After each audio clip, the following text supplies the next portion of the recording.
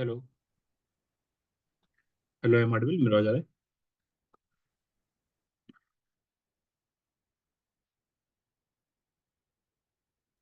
Yes sir.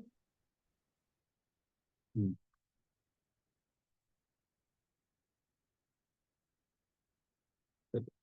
Start करते हैं। Okay, camera सब लोग ऑन कर लो। कल कहाँ गैप थी? क्यों? सर मैं कुछ? बाहर थी। कहाँ मैं बाहर? गुजरात में थी तो कल ही आई हूँ सर। अच्छा, ठीक है। कल कहाँ तक हो गया था बेटा? मैंने कहाँ तक हुआ था कल? सर की परफॉर्मेंस इंडिकेटर से बात हुई। ये यहाँ से स्टार्ट करा था? Yes sir.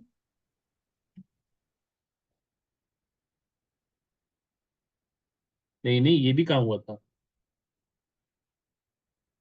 ये तो करना है ना अभी अपने को। ये इनहेरेंट वीकनेसेस हो गए थे, ये कहाँ से करना यस था? सर। Yes sir. ये सब नहीं हुआ था ना? यस सर, इधर से बात हुई। इधर से बाकी है ना। हम्म। शॉर्ट रिज्म फाइनेंशियल मैनिपुलेशन। तो ये बोल रहे हैं, इस पॉइंट में क्या बोल रहे हैं वो लोग कि बेसिकली क्या करना स्टार्ट करते हैं जब हम लोग के पास में किसी भी कंपनी की फाइनेंशियल परफॉर्मेंस थे, किसी भी कंपनी की परफॉर्मेंस हम लोग किसके बेसिस चेक कर रहे होते हैं? केवल और केवल प्रॉफिट मेजर पे करते हैं, फाइनेंशियल इंडिकेटर के बेसिस चेक कर रहे होते हैं। तो क्या क्या प्रॉब्लम आती है वो हम लोग को बताया इन्होंने। ठीक है, तो अब उसमें से एक जो बड़ी प्रॉब्लम आती है वो क्या आती है कि उसमें से जो बड़ी प्रॉब्लम आती है वो क्या प्रॉब्लम आती है कि एक शॉर्ट रिजर्व स्टार्ट हो जाता है। शॉर्ट रिजर्व मतलब क्या होता है? शॉर्ट रिजर्व का मतलब होता है कि आप जो मैनेजर्स होते हैं किस पे फोकस करने लगते हैं? शॉर्ट टर्म अचीवमेंट पे फोकस करने लगते हैं कि करंट ईयर का प्रॉफिट इंक्रीज हो जाए। करंट ईयर पे फोकस करना स्टार्ट कर देते हैं। फ्यूचर में उस गलत डिसीजन की वजह से फ्यूचर में करंट ईयर में प्रॉफिट कैसे बढ़ेगा, कैसे इंक्रीज होगा? जो जरूरी खर्चे, जो नेसेसरी एक्सपेंडिचर्स है, जैसे रिसर्च एंड डेवलपमेंट का खर्चे आए या कोई नई मशीन खरीदनी है, जो जरूरी है, सॉफ्टवेयर कोई आपको इंप्लीमेंट करना है, जो जरूरी खर्चे हैं, जो फ्यूचर के सस्टेनेबिलिटी के लिए और फ्यूचर में इनकम अर्न करने के लिए जरूरी है, लेकिन फिर भी वो खर्च नहीं करते। क्यों? शॉर्ट रिज्म करंट ईयर पे फोकस करना है, है ना? तो इससे क्या हो जाएगा कि आपका फ्यूचर जो ग्रोथ है वो रुक जाएगी, है ना? और दूसरे के लिए क्या है? Financial manipulation. मैनिपुलेशन में स्टार्ट कर देते हैं। मैनिपुलेशन मतलब हम लोग बुक्स अकाउंट में मैनिपुलेट करके अपने रेशियोज को सारा इंप्रूव करना स्टार्ट कर देते हैं। तो ये दो प्रॉब्लम आती है। हमने क्या बोला, समझ में आ गया? ये हमने थोड़ा ओवरव्यू दे दिया। अभी एक एक करके चलेंगे क्या लिखा हुआ है इसके अंदर। तो क्या क्या लिखा है? कई ऑर्गेनाइजेशन अपने परफॉर्मेंस मेजर करने के लिए फाइनेंशियल इंडिकेटर को यूज करती है, जैसे प्रॉफिट, आरओसी वगैरह यूज करती है। कल मैंने पढ़ा था, बहुत सारे इंडिकेटर्स भी पढ़े थे हम लोगों ने। तो मैनेजर को अगर ये फाइनेंशियल टारगेट अचीव करने पर बोनस मिले या प्रमोशन का कोई चांसेस हो, तो वो क्या करेंगे? सिर्फ शॉर्ट टर्म रिजल्ट पे ही फोकस करेंगे। आपको बोला कि भाई आरओसी आपको 20% अचीव करना है, तो हम लोग किस पे फोकस रहेगा? भाई 20% आरओसी अचीव करो, कुछ भी करना पड़े, कोई भी डाटा मैनिपुलेट करना पड़े, या फिर हम लोगों को शॉर्ट टर्म में खर्चों को रोकना पड़े। तो ना इस टेंडेंसी को कहते हैं शॉर्ट टर्मिज्म, या मायोपिया कहते हैं इसको हम लोग। MYOPIA, myopia. मायोपिया में क्या बोलते हैं? मायोपिया बोलते हैं कि आपका फोकस कैसा होगा? शॉर्ट टर्म, लॉन्ग टर्म को आप देख ही नहीं रहे हो, शॉर्ट टर्म में फोकस करो सिर्फ। इसकी वजह से क्या होता है? लॉन्ग टर्म आपके जो गोल्स होते हैं वो सेक्रीफाइस हो जाते हैं, लॉन्ग टर्म में आप सस्टेन नहीं कर पाओगे। तो मैनेजर जो शॉर्ट टर्म क्यों अडॉप्ट करते हैं, रीजन क्या है? तो आज का बोनस फ्यूचर के बोनस से ज्यादा अट्रैक्टिव लगता है। करंट एम भाई जो बोनस मिल रहा है वो उस पर फोकस करो, फ्यूचर में क्या मिलेगा उसको सेक्रीफाइस हो जाता है वो। दूसरा क्या होता है? अगर मैनेजर सोचते हैं कि वो जल्दी प्रमोट हो जाएंगे तो वो छोड़ के चले जाएंगे कंपनी को। तो लॉन्ग टर्म में भाई कंपनी कैसे काम करेगी, हमसे क्या लेना देना? करंट में हम अभी हम क्या है, जैसे असिस्टेंट मैनेजर है, हमको लग रहा है कि ठीक है मैनेजर बनेंगे, हम निकल जाएंगे, क्या करना कंपनी को? 5 साल बाद क्या होगी कंपनी में, क्या लेना देना? तो ये क्या हो जाती है? टेंडेंसी बन जाती है। फिर क्या होता है कि शेयर होल्डर भी शॉर्ट टर्म पे ही सोचते हैं, स्पेशली लिस्टेड कंपनी में जहां क्वार्टरली रिजल्ट का प्रेशर होता है ना, कि भाई ठीक है करंट ईयर में क्या करना है आपको? Profit increase. अगर शेयर होल्डर भी तो क्या बोलते हैं भाई, लास्ट ईयर के कंपेरिजन में इस क्वार्टर में कितना कंपनी ने रिटर्न कमाया है, इस पे तो फोकस कर, इक्विटी इक्विटी होल्डर्स पे। जितने भी इन्वेस्टर्स है इस पे फोकस कर रहे हैं, तो हम भी इसी पे फोकस करना स्टार्ट कर देते हैं। तो शॉर्ट जो मैंने होते हैं शॉर्ट टर्म क्यों अडॉप्ट करते हैं, वो 3 रीजन उन्होंने बताया। करंट ईयर का बोनस, फ्यूचर के बोनस अच्छा लगता है, पहला। दूसरा, प्रमोशन मिलेगा जल्दी, हम लोग छोड़ के चले जाएंगे, बाद में कंपनी का क्या हो रहा है हमसे क्या लेने देना। तीसरा, शेयर होल्डर भी तो उसी पे फोकस कर रहे हैं। शेयर होल्डर का मोटिव भी तो वही है कि लास्ट ईयर कंपेरिजन में करंट ईयर में कितना आपने प्रॉफिट कमाया है। तो फिर कंपनी भी वही करना स्टार्ट कर देती है, ठीक है भाई प्रॉफिट पे ध्यान दो। समझ में आ गया? आप शॉर्ट टर्म प्रॉफिट बनाने की गलत, शॉर्ट टर्म में ऐसा नहीं बोले कि शॉर्ट टर्म में प्रॉफिट कमाना गलत है, लेकिन दिक्कत ये होती है कि जब हम लोग क्या करना स्टार्ट करते हैं, लॉन्ग टर्म बिजनेस को हर्ट करना स्टार्ट कर देते हैं, तो प्रॉब्लम होती है। ऐसा नहीं बोले कि करंट डे में प्रॉफिट ही मत कमाओ, अरे प्रॉफिट तो कमाने के लिए बिजनेस बना ही है, लेकिन लॉन्ग टर्म को सेक्रीफाइस करके अगर शॉर्ट टर्म पे आप प्रॉफिट कमाना स्टार्ट करते हो तो गलत तरीका है। मतलब जैसे लॉन्ग टर्म बिजनेस हर्ट होने लगता है, जैसे कैसे, अच्छे लॉन्ग टर्म प्रोजेक्ट में इन्वेस्ट नहीं करते हम लोग फिर। अच्छे प्रोजेक्ट है पर अगर इन्वेस्ट कर दिया ना तो मेरा करंट का प्रॉफिट गिर जाएगा, समझे कि नहीं? क्योंकि आरओसी बढ़ जाएगा। हमने एसेट खरीद ली, कल बताया था आपको, एसेट खरीदेंगे तो कैपिटल एम्प्लॉयड बढ़ेगा, कैपिटल एम्प्लॉयड बढ़ेगा तो डिनोमिनेटर बढ़ेगा, डिनोमिनेटर बढ़ेगा तो आरओसी मेरा गिर जाएगा, परसेंटेज गिर जाएगा, कल बताया था। वही है। तो लॉन्ग टर्म बिजनेस को हर्ट करने लग जाते हैं। दूसरा कैसे, research and development, training, marketing जैसे वैल्यूएबल बिल्डिंग एक्टिविटी इग्नोर करने लग जाते हैं हम लोग। भाई वैल्यू क्रिएट हो रही है भाई इससे, रिसर्च एंड डेवलपमेंट से, आप कर ही नहीं लो खर्चा। क्यों? अगर कर दिया ना तो करने का प्रॉफिट गिर जाएगा। थर्ड क्या बोल रहे हैं? थर्ड बोल रहे हैं प्रोडक्ट क्वालिटी और कॉम्प्रोमाइज, कस्टमर सर्विसेज को भी क्या करना करते हैं, कट करना स्टार्ट कर देते हैं प्रोडक्ट क्वालिटी को। क्यों? जो फ्यूचर में कस्टमर को रीजन हो सकता है कि आप कस्टमर को लॉस्ट कर सकते हो इससे, लेकिन करना स्टार्ट कर देते हैं। क्यों? शॉर्ट टर्म फोकस होता है। करंट का प्रॉफिट बढ़ जाएगा ना, क्वालिटी सेक्रीफाइस से बढ़ ही जाता है, चीप मटेरियल यूज कर लो। तो लॉन्ग टर्म में आप कस्टमर को क्या कर सकते हो, लॉस्ट कर सकते हो, खो सकते हो। ट्रेनिंग और हायरिंग फ्रीज होने लग जाती है, ट्रेनिंग ही नहीं दे रहे हैं, नए एम्प्लॉय को हायर ही नहीं कर रहे हैं, है ना? तो जब कंपनी क्या करना का स्टार्ट कर देती है, जो स्किल्ड वर्कर्स है, आप ट्रेनिंग नहीं दे रहे हो तो जो ऑलरेडी वर्कर्स है वो छोड़ के जाने लग जाते हैं। आपको जो रिक्वायर्ड स्किल्ड वर्कर है उसको आप हायर ही नहीं करते, ये प्रॉब्लम होने स्टार्ट हो जाती है। लॉन्ग टर्म में सब प्रॉब्लम होंगी। और फिर सैलरी फ्रीज या स्टाफ छोड़ने लगते हैं। आप सैलरी फ्रीज करना स्टार्ट कर देते हो, क्यों? क्योंकि सैलरी फी उनको क्या लगता है, करंट की सैलरी मत पे करो। क्या करना स्टार्ट करते हैं भाई, मार्च की सैलरी मत पे करो, खर्चा कम हो जाएगा, खर्चा कम हो जाएगा, प्रॉफिट बढ़ जाएगा। तो सैलरी फ्रीज कर दिया। तो सैलरी फ्रीज करने से क्या होता है, एम्प्लॉय छोड़ के जाना स्टार्ट कर देते हैं। एम्प्लॉय छोड़ के जाएंगे तो जो ट्रेंड एम्प्लॉय है वही छोड़ के चले गए, कंपनी कैसे रन करेगी? तो इन सब रीजन की वजह से लॉन्ग टर्म प्रॉफिटेबिलिटी पे इम्पैक्ट पड़ता है। कौन कौन से रीजन बताए? पहला रीजन बताया, अच्छे प्रोजेक्ट में इन्वेस्ट नहीं करोगे, लॉन्ग टर्म में इम्पैक्ट पड़ेगा। Research and development, training, marketing जैसे वैल्यूएबल बिल्डिंग एक्टिविटी आपको करनी है, आपने नहीं की। क्यों? शॉर्ट टर्म फोकस है, लॉन्ग टर्म सेक्रीफाइस होगा। Product quality, customer services cut करना स्टार्ट कर देते हैं, उसमें जो खर्चा था वो कट करना स्टार्ट कर देते हैं। क्यों? भाई शॉर्ट टर्म फोकस है, लॉन्ग टर्म में सेक्रीफाइस हो जाएगा, लॉन्ग टर्म में सब कस्टमर छोड़ के जाएंगे फिर आपको। ट्रेनिंग फ्रीजिंग करना, ट्रेनिंग फ्रीज कर देते हैं, ट्रेनिंग नहीं देते लोगों को, खर्चा बढ़ेगा ना। फ्री हम लोग हायरिंग फ्रीज कर दी हम लोगों ने, हायरिंग ही नहीं कर रहे हैं। सैलरी फ्रीज कर देते हैं, लास्ट मंथ की सैलरी रोक दी, लास्ट 2 महीने की सैलरी रोक दी। तो इससे क्या होगा, एम्प्लॉय छोड़ के जाएंगे। इससे सब क्या होगा, लॉन्ग टर्म बिजनेस पे इम्पैक्ट होगा। संजय ने क्या बोल दिया, यहां तक हमने क्या बोला, क्लियर है? फिर आगे क्या बोले, फाइनेंशियल मैनिपुलेशन भी होता है फिर इसकी वजह से, किसके वजह से, शॉर्ट टर्म की वजह से, है ना? शॉर्ट टर्म फोकस होगा तो आपका आप क्या करना स्टार्ट करोगे फिर, डाटा मैनिपुलेट करना स्टार्ट करोगे। कैसे? फाइनेंशियल मैनिपुलेशन कैसे इंक्रीज हो जाता है? तो लिखा हुआ है शॉर्ट टर्म गोल हिट करने के लिए प्रेशर में कंपनियां क्या करनी स्टार्ट कर देती हैं, रेवेन्यू को या एक्सपेंसेस को टाइमिंग एडजस्ट कर देती हैं। रेवेन्यू जल्दी बुक कर लेंगी, है ना? एक्सपेंसेस लेट बुक करेंगी तो प्रॉफिट बढ़ जाएगा। तो टाइमिंग एडजस्ट कर देती है उसकी, तो इसे बोलते हैं टाइमिंग एडजस्टमेंट। या फिर प्रॉफिट स्मूथ करती हैं, वो प्रॉफिट का स्मूथनिंग कर देती हैं, आर्टिफिशियल एंट्रीज डाल करके प्रॉफिट स्मूथनिंग करना स्टार्ट कर देती हैं। या फिर डेट और इक्विटी को गलत क्लासिफाई कर देती हैं, सो दैट कि आपका जो डेट इक्विटी रेशियो है ना वो बहुत हाई ना दिखाई पड़े। डेट को हमने इक्विटी में दिखा दिया, हमारा डेट इंस्ट्रूमेंट है, वो फाइनेंशियल इंस्ट्रूमेंट है भाई, फाइनेंशियल लायबिलिटी है, उसको हमने किसमें दिखा दिया, इक्विटी में दिखा दिया। आपका डेट इक्विटी रेशियो गिर गया। तो ये सब मैनिपुलेशन करना स्टार्ट करती है कंपनी। समझ में आया मैं क्या बोल दिया? ठीक है। फिर क्या बोल रहे हैं, की पॉइंट क्या बोले उन्होंने, की पॉइंट बोला कि पब्लिक सेक्टर में प्रॉब्लम और भी बड़ी हो जाती है यहाँ पे, क्योंकि बजट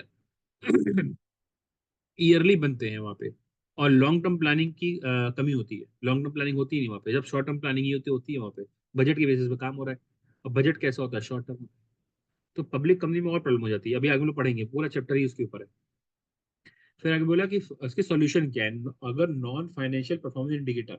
सॉल्यूशन क्या है कि आप केवल केवल कंपनी की परफॉर्मेंस को फाइनेंशियल के बेसिस मत चेक करो, केवल इस बेसिस मत चेक करो कंपनी ने कितना प्रॉफिट कमाया, कितना ना आरओसी कमाया, इसके बेसिस मत चेक करो। तो किसके बेसिस चेक करो, आप कंपनी की परफॉर्मेंस को फाइनेंशियल प्लस नॉन फाइनेंशियल दोनों के बेसिस चेक करो, है ना। तो मैंने बोला कि नॉन फाइनेंशियल इंडिकेटर का यूज करके शॉर्ट टर्मिज्म को कंट्रोल किया जा सकता है। Sir non financial performance indicator क्या होते हैं, कल बहुत सारे इंडिकेटर्स पढ़े थे हम लोगों ने, कौन कौन से थे। हमारी प्रोडक्ट की क्वालिटी कैसी है, कस्टमर सेटिस्फेक्शन कैसा है, ठीक है, डिलीवरी टाइम कितना है, कस्टमर कंप्लेंट टाइम कितना है, उसको रिजॉल्व कितनी जल्दी कर लेते हैं हम लोग, है ना, डिलीवरी टाइम कितना है, आफ्टर सेल सर्विसेज कैसी हैं, ये सब के बेसिस पे कंपनी परफॉर्मेंस चेक। क्लियर, ताकि अगर आप क्वालिटी के बेसिस चेक करोगे तो क्वालिटी कट नहीं कर पाएंगे वो लोग, क्वालिटी खराब नहीं कर पाएंगे प्रोडक्ट की। आप अगर केवल किसी वजह चेक कर रहे हो कि फाइनेंशियल परफॉर्मेंस इंडिकेटर के बेस चेक कर रहे हो, प्रॉफिट के बेसिस पे, तो मैनेजर क्या करेंगे, चीप मटेरियल लगाएंगे। आप फाइनेंशियल नॉन फाइनेंशियल दोनों के बेसिस चेक करोगे तो क्वालिटी खराब नहीं कर सकते वो। सॉरी, आपको स्टाफ सेटिस्फेक्शन कितना है उसके बेसिस चेक करो उनकी क्वालिटी को। नॉन फाइनेंशियल इंडिकेटर क्या क्या हो गया, स्टाफ सेटिस्फेक्शन, आपका स्टाफ के साथ सेटिस्फाई है, तो सैलरी जो आपकी कट हो रही थी, सैलरी कट नहीं होगी। आपको जो ट्रेनिंग पहले नहीं मिल रही थी, वो आपको ट्रेनिंग मिलनी स्टार्ट हो जाएगी। मतलब क्या कह रहे हैं, लॉन्ग टर्म ग्रोथ के जो ड्राइवर्स है उस पर फोकस करो। लॉन्ग टर्म ड्राइवर्स क्या है, ग्रोथ के ड्राइवर्स क्या है, जैसे इनोवेशन है, कस्टमर लॉयल्टी है, ट्रेनिंग है, तो these are the some important factor for the long term growth, इस पे फोकस करो। तो आप ऐसा करना स्टार्ट करोगे ना, तो कहने इन क्रक्स क्या बोल रहे हैं कि अगर कंपनी परफॉर्मेंस को केवल केवल फाइनेंशियल इंडिकेटर पे चेक करके नॉन फाइनेंशियल इंडिकेटर के बेसिस पे चेक करोगे ना, तो आप ज्यादा अच्छे ढंग से क्या कर पाओगे, कंपनी परफॉर्मेंस चेक कर पाओगे। और शॉर्ट टर्मिज्म जैसी, डाटा मैनिपुलेशन जैसी चीजें खत्म हो जाएंगी। हमने क्या बोला संजय, वही यहाँ पे लिखा हुआ है, हमने जो भी बोला है बस वही लिखा हुआ है, उसके बाहर कुछ नहीं लिखा हुआ है। वहां पे इंग्लिश में लिखा है, हमने सिंपल हिंदी लैंग्वेज में समझा के बोल दिया, बड़ी सीधी सी बात है। एक शब्द कल भी हमने आपको पढ़ने के लिए दिया था, है ना, कुछ मिला था आपको एक्स्ट्रा, हिमांशु में मिला, कुछ नहीं मिलेगा, जो हम बोल रहे हैं वही लिखा है उसके अंदर। ये समझो हम ही नहीं लिखा है वो, है ना, ऐसा नहीं हमने लिखा है, लेकिन जोक्स अपार्ट, ठीक है, लेकिन आप मान लो कि हम जो बोल रहे हैं वही लिखा है इन्होंने, ठीक है। चलो एक बार रीड कर लो जल्दी से, कोई डाउट है पूछ लो, यहाँ तक जल्दी से, यहाँ से तक पूरा रीड कर लो पूरा टॉपिक, यहाँ तक यहाँ से तक पढ़ाया है ऐसे सबने, यहाँ तक पढ़ लो। कोई डाउट है पूछ लो जल्दी से, 5 मिनट टाइम दे रहे हैं, फटाफट से, और इंपॉर्टेंट मार्क कर लेना, हमने कल भी आपको बोला ये सब चीजें, ठीक है ना। फिर हम लोग पढ़ेंगे लास्ट इसका topic, short term financial gain versus long term sustainability. Again important topic है, ठीक है ना, पहले उससे पहले जाने से पहले एक काम को जल्दी से पहले पढ़ लो।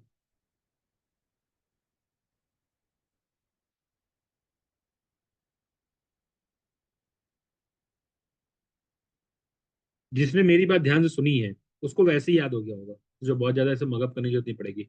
अब जो सुन ही नहीं रहा तो हम कुछ नहीं कर सकते। जैसे सृष्टि ये सुन ही नहीं रही थी, वो किसी से और से बात कर रही थी घर पे, किसी को डांट रही थी। अब सुनोगे नहीं तो हम क्या कर सकते हैं फिर, याद करनी पड़ेगी, थ्योरी याद करनी पड़ेगी फिर। अब बहुत पेन होता है थ्योरी याद करने में, सबसे पेनफुल प्रोसेस है थ्योरी याद करना। तो अगर आप याद कर सकते हो तो कोई बात नहीं, मेरी बात मत सुनो। अगर आपको लगता है कि नहीं, सर की बात सुन लेते हैं 2 घंटे, ये थ्योरी याद हो जाएगी, क्वेश्चन आएगा एज इट इज छापाएंगे।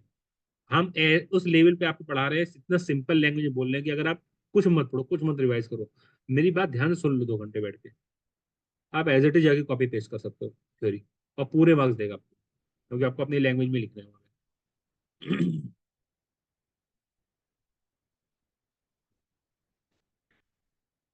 हो जाए तो बोलना, हाँ थोड़ा जल्दी जल्दी करना।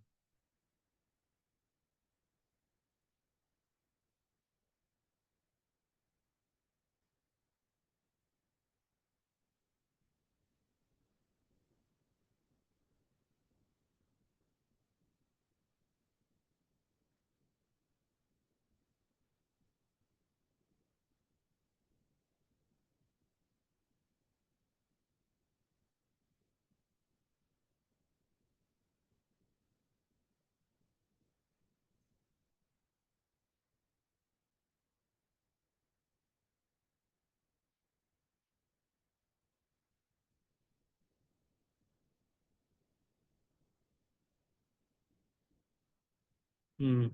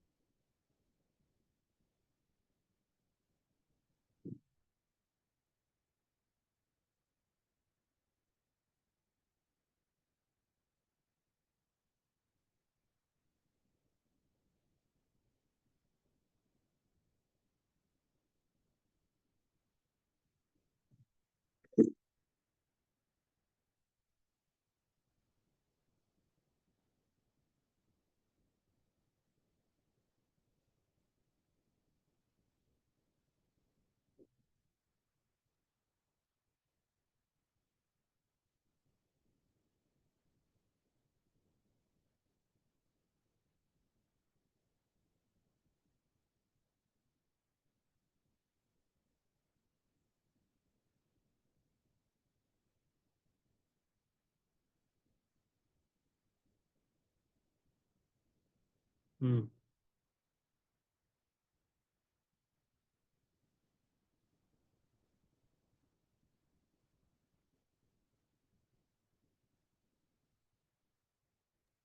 हो गया, क्लियर है, चलो। ग्रेट, नेक्स्ट टॉपिक क्या दिया हुआ है यहाँ पे, अगेन इंटरेस्टिंग टॉपिक है और इंपॉर्टेंट टॉपिक है। Short term finance gain versus long term sustainability. मतलब शॉर्ट टर्म फाइनेंस पे फोकस का लॉन्ग टर्म में क्या लॉसेस होते हैं, क्या क्या नुकसान होते हैं, अगर आप शॉर्ट टर्म फोकस करोगे तो लॉन्ग टर्म में क्या लॉसेस होंगे। तो क्या लिखा हुआ है, अगर कोई ऑर्गेनाइजेशन, प्लीज ध्यान से देखते जाना, हम जो बोल रहे हैं वही यहाँ पे लिखा हुआ है, बार बार बोल रहे हैं, ठीक है। तो प्लीज सामने भी पढ़ते जाना हम क्या बोलते जा रहे हैं। या हम क्या करते थे, हमें जब टीचर पढ़ाते थे ना तो हम पेंसिल पेन लेके बैठते थे, तो हम क्या करते थे, शॉर्ट समरी बनाते आते थे, वो बोलते थे हमको शॉर्ट समरी बनाते आते थे। आपका नहीं पता आप लोग क्या कर रहे हो, जैसे सृष्टि तो कुछ नहीं कर रही, सृष्टि तो मम्मी पापा से बात कर रही है अपने, है ना, भाइयों से वो डांट रही है, वो ये कर रही है क्लास में बैठ के।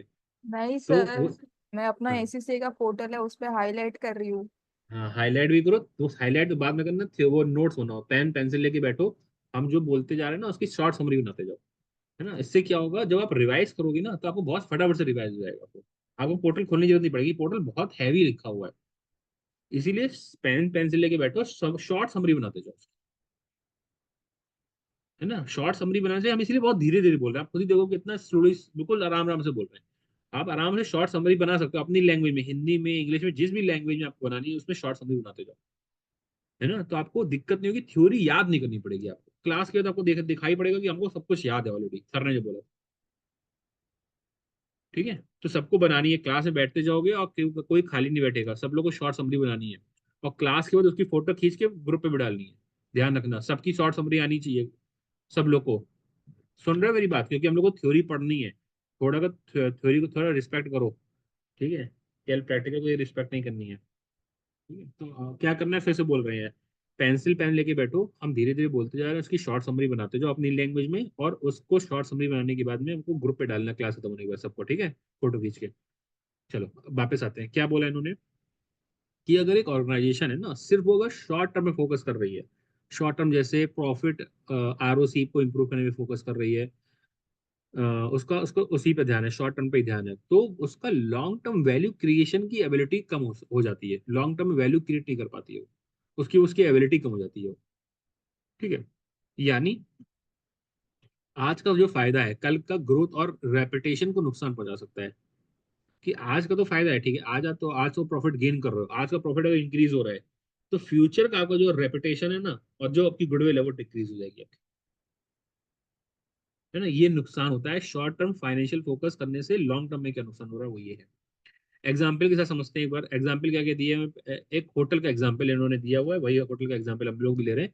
एक होटल रूम, एक एक होटल रूम्स और फैसिलिटी की रिपेयरिंग या रिनोवेशन में इन्वेस्ट नहीं किया है। हमारा सपोज एक होटल है, उसने ना कभी रिपेयर कराया ना रिनोवेशन पे कभी ध्यान दिया, तो शॉर्ट टर्म में तो आरओसी और प्रॉफिट बढ़ गया उसका, क्योंकि भाई खर्चा हुआ नहीं, प्रॉफिट तो कमा ही रहे हो थोड़ा बहुत, तो आपका करंट इंडिया का आरओसी बढ़ गया, क्योंकि एसेट्स कम हो गए, है ना, एसेट्स की वैल्यू कम हो गई ना, आपका एसेट्स वैल्यू कम हो गया। अगर आप रिपेयर कराते, कैपिटलाइजेशन करते, खर्चा, है ना, तो आपका क्या बढ़ता, एसेट्स, कैपिटल एम्प्लॉयड बढ़ता, कैपिटल एम्प्लॉयड बढ़ता, तो आपका आरओसी कम हो जाता, वो सब मैंने नहीं किया, तो आपकी एसेट्स वैल्यू कम हो गई, मतलब कैपिटल एम्प्लॉयड कम हो गई, कैपिटल एम्प्लॉयड कम हो गई तो आरओसी गिर गया, कल बताया था आपको, जो लोग कल आए थे उनको पता है।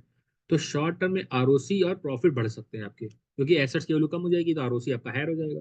लेकिन लॉन्ग टर्म में क्या होगा, लॉन्ग टर्म में होटल का अट्रैक्टिवनेस गिर जाएगा, अट्रैक्टिवनेस कम हो जाएगा, कस्टमर कम आएंगे, नंबर ऑफ कस्टमर गिर जाएंगे, रेवेन्यू भी गिरेगा, प्रॉफिट भी गिरेगा, सब कुछ गिरेगा, और कस्टमर रिव्यू भी डाउन हो जाएंगे, कस्टमर रिव्यू सेटिस्फेक्शन नहीं मिलेगा, है ना। फ्यूचर में आपको जो अगर प्राइसेस ऊंचे इंक्रीज करना है, वो भी नहीं बढ़ा पाओगे। लेकिन उसके लिए फिर क्या करना पड़ेगा, आपको बहुत ज्यादा हैवी रिपेयर करनी पड़ेगी उसके लिए। करेक्ट, तो ये सब इम्पैक्ट पड़ते हैं शॉर्ट टर्म पे। अगर आप शॉर्ट टर्म के फोकस करो, लॉन्ग टर्म देख ही नहीं रहे हो, तो ये सब इम्पैक्ट पड़ेगा। समझ आ गया हमने क्या बोला। अब आगे ये लिखा है फैक्ट्री और कम्युनिटी का एग्जाम्पल ले रहे हैं इन्होंने, एक तो होटल का एग्जाम्पल लिया, दूसरा एक और दूसरा एग्जाम्पल ले रहे हैं, एक कोई फैक्ट्री है या कम्युनिटी का एग्जाम्पल ले रहे हैं, ठीक है। दूसरे में, दूसरे पॉइंट के अंदर तो लिखा है कि एक कंपनी फैक्ट्री बनाती है बिना लोकल कम्युनिटी के इशू के, जैसे पॉपुलेशन है, हाउसिंग है, ट्रैफिक है, ध्यान रख के। तो लोकल कम्युनिटी के इश्यूज जो थे, पॉपुलेशन वगैरह, उसको हमने ध्यान ही नहीं दिया, और हमने क्या कर दी, कंपनी ने फैक्ट्री बना दी। शॉर्ट टर्म में तो प्रॉफिट ज्यादा हो जाएगा, क्योंकि एक्स्ट्रा कॉस्ट नहीं लगी आपकी कोई, आपने ध्यान ही नहीं दिया ना कि मेरी वजह से पॉल्यूशन कितना हो रहा है, या मेरी वजह से हाउसिंग क्राइसिस कितना हो रहा है, या फिर ट्रैफिक का प्रॉब्लम कितना हो रहा है, वो आपने ध्यान ही नहीं दिया। तो करंट ईयर में तो कॉस्ट कम हो गई आपकी, लेकिन लॉन्ग टर्म में सब आपको क्या करेगा, प्रॉब्लम क्रिएट करेगा, पॉल्यूशन और ट्रैफिक एरिया की अट्रैक्टिवनेस कम हो जाएगी, कि इतना पॉल्यूशन आपने कर दिया, इतना ट्रैफिक आपकी वजह से हो गया है कि उस एरिया की जो अट्रैक्टिवनेस है ना, वो कम हो गई। उससे क्या होगा, जो टैलेंटेड लोग हैं ना, वो हायर नहीं कर पाओगे आप, टैलेंट हायर करने में बहुत दिक्कत होगी आपको, हेल्थ इश्यूज बहुत हो जाएंगे उस एरिया में, स्ट्रेस होगा, है ना, ये सब प्रॉब्लम होगी, जिससे कॉस्ट आपकी क्या होगी, इंक्रीज होगी, हेल्थ कॉस्ट, हेल्थ केयर की कॉस्ट इंक्रीज हो जाएगी, लोग छोड़ छोड़ के जाएंगे, लीव लीव करने के जाएंगे, न्यू रिक्रूटमेंट करना पड़ेगा, जिसकी वजह से आपकी कॉस्ट बढ़ेगी। लोकल गवर्नमेंट क्या कर सकती है, आपको पेनल्टी लगा सकती है ना, रूल्स एंड रेगुलेशंस, बहुत सारे रूल्स एंड रेगुलेशन है एनवायरमेंट के लेकर, हम लोग पढ़ चुके हैं पहले भी, पूरी थ्योरी पढ़ी थी हम लोग डिटेल में, तो उसके हिसाब को पेनल्टी लगाई जा सकती है, आपकी उसकी कॉस्ट बढ़ सकती है, पब्लिक इमेज खराब हो जाती है आपकी, तो गुडविल खराब हो जाएगी आपकी, कस्टमर सस्टेनेबल अल्टरनेटिव ढूंढने लग जाते हैं भाई, कि कंपनी को छोड़ो, इसका प्रोडक्ट छोड़ो, इसको नहीं खरीदेंगे, इससे आपके फ्यूचर में मार्जिन गिर जाएंगे सब। समझ में आया हमने क्या बोला, क्या क्या प्रॉब्लम हो सकती है लॉन्ग टर्म में, तो फिर से बोल रहे हैं लॉन्ग टर्म में क्या क्या प्रॉब्लम हो सकती है, पॉल्यूशन आप क्रिएट कर रहे हो, ट्रैफिक आपकी वजह से हो रहा है, तो जो उस एरिया का जो चार्म था, या उस एरिया की जो अट्रैक्टिवनेस थी, वो खत्म हो गई, पहला। दूसरा, टैलेंटेड लोग आप हायर नहीं कर पाओगे, क्योंकि ये सब निकल गए वहां से, आपकी वजह से पॉल्यूशन इतना हो गया, आपकी वजह से ट्रैफिक इतना हो गया, कि वहां पे आपस में जो आसपास के एरिया के लोग थे, वो टैलेंटेड लोग ही निकल गए वहां से, आप हायर करना बहुत मुश्किल होगा, हेल्थ इश्यूज हो जाएंगे, स्ट्रेस होना स्टार्ट हो जाएगा, ठीक है, जिससे आपकी कॉस्ट बढ़ेगी, हेल्थ केयर की कॉस्ट आपकी बढ़ेगी, है ना, लीव, लोग ज्यादा लीव लेंगे, है ना, ज्यादा रिक्रूटमेंट आपको करना पड़ेगा, ऐसे भी कॉस्ट बढ़ेगी, लोकल गवर्नमेंट आपके ऊपर पेनल्टी लगाएगी, इसकी कॉस्ट बढ़ेगी, पब्लिक इमेज खराब होगी, गुडविल गुडविल गिर जाएगी आपकी, कस्टमर क्या करने स्टार्ट कर देंगे, सस्टेनेबल अल्टरनेटिव ढूंढना स्टार्ट कर देते हैं, कि भाई हम आपका प्रोडक्ट खरीदेंगे नहीं, कोई दूसरा अल्टरनेटिव प्रोडक्ट ढूंढना स्टार्ट कर देंगे, प्रॉफिट मार्जिन गिर जाएंगे इससे। समझ में आ गया, तो these are the examples of the factory और द कम्युनिटी का एग्जाम्पल अभी दिया, हमने नहीं दिया, इसी में लिखा है, अभी बुक में लिखा हुआ है। अब मेन पॉइंट क्या है कि शॉर्ट टर्म सोचने से क्या होगा, शॉर्ट टर्म पे क्या फोकस करोगे तो क्या होगा, ऑर्गेनाइजेशन की जो लॉन्ग टर्म परफॉर्मेंस है, ब्रांड वैल्यू है, सस्टेनेबिलिटी, सब पे इम्पैक्ट पड़ेगा, लॉन्ग टर्म परफॉर्मेंस भी गिरेगी, ब्रांड वैल्यू भी गिरेगी, सस्टेनेबिलिटी भी कम हो जाएगी आपकी।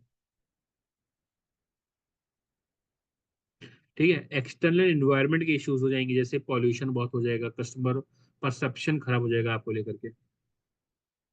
तो एक्सटर्नल इन्वायरमेंट के इशू को इग्नोर करने का उल्टा असर पड़ता है फ्यूचर परफॉर्मेंस के ऊपर, है ना। क्या पॉल्यूशन बहुत ज्यादा कर रहे हो तो अल्टीमेटली लॉन्ग टर्म में क्या होगा, आपकी सब चीजें खराब हो जाएंगी, आपकी ब्रांड इमेज खराब हो जाएगी, आपकी सिस्टम, आपका बिजनेस सस्टेनेबल नहीं होगा, है ना। तो फिर लोग छोड़ के जाएंगे, कस्टमर छोड़ के जाएंगे, आपके आपके प्रोडक्ट को नहीं खरीदेंगे, है ना। तो लॉन्ग टर्म परफॉर्मेंस खराब होगी।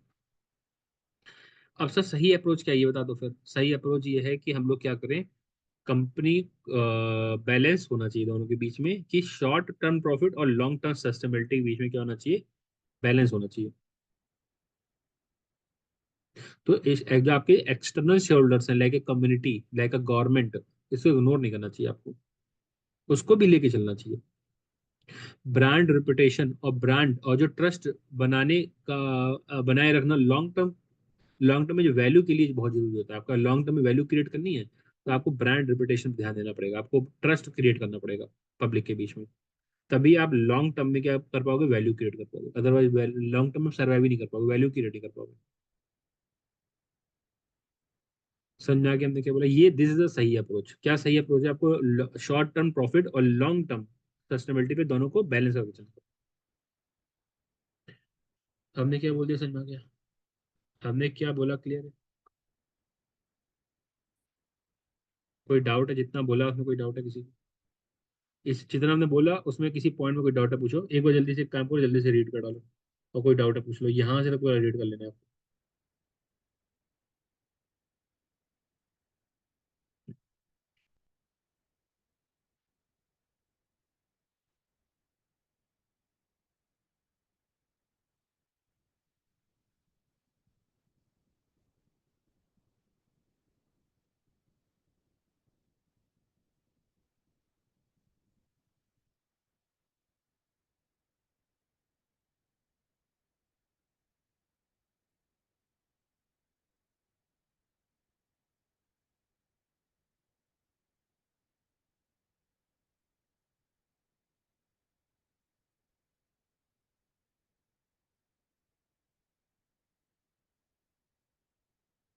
सृष्टि समझ में आ रहा है? Yes sir. ठीक है।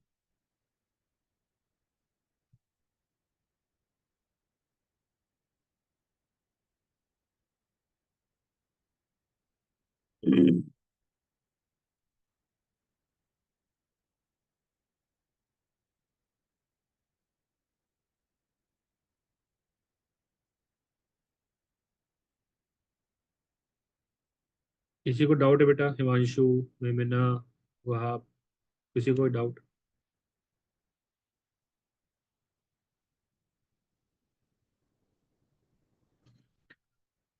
ठीक है, रीड कर लिया, आगे चले। मेमिना कर लिया बेटा रीड? Yes sir, done. ठीक है, आगे चलते हैं। अब यहाँ से स्टार्ट हो रहा है की performance indicators. Now what is the key performance indicator के बारे में क्या बात कर रहे हैं वो।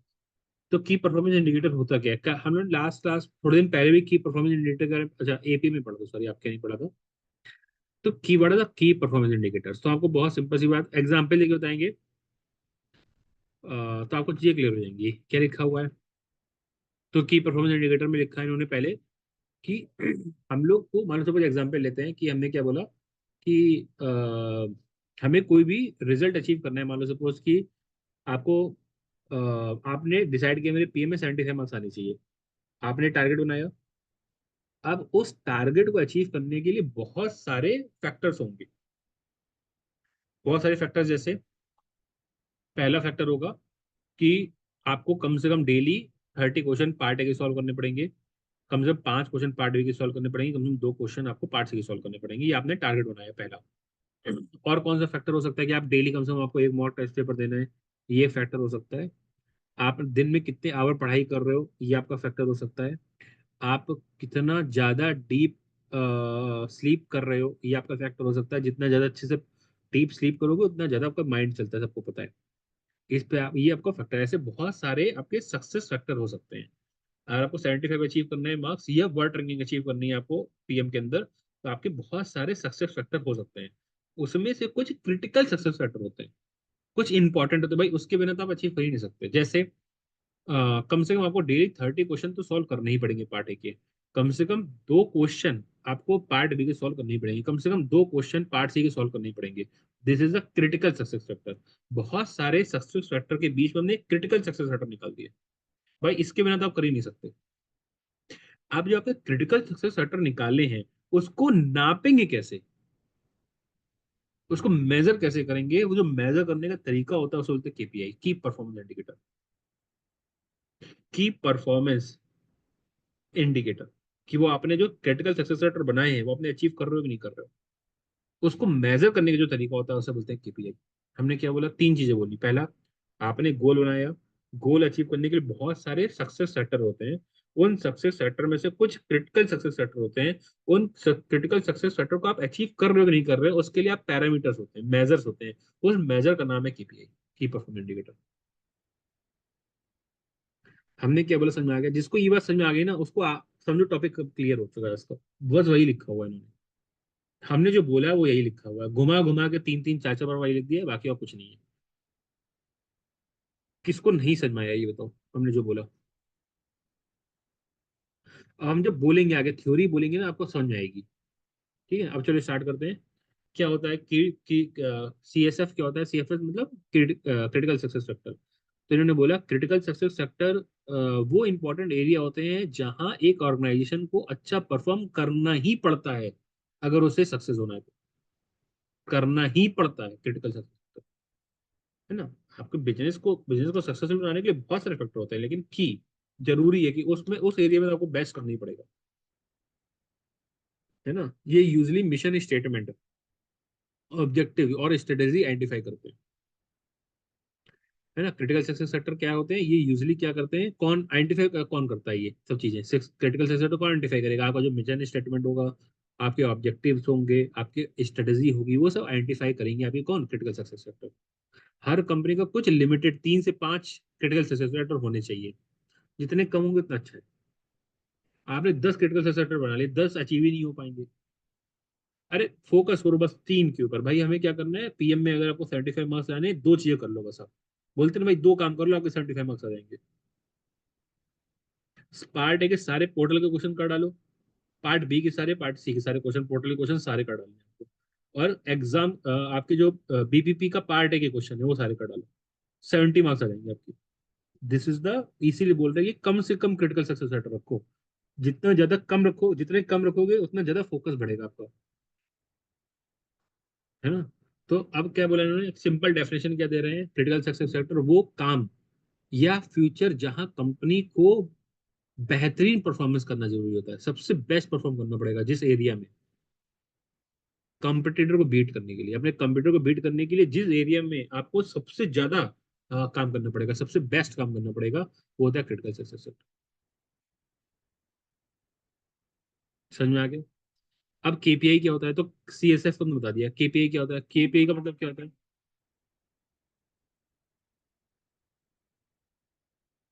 एक मिनट।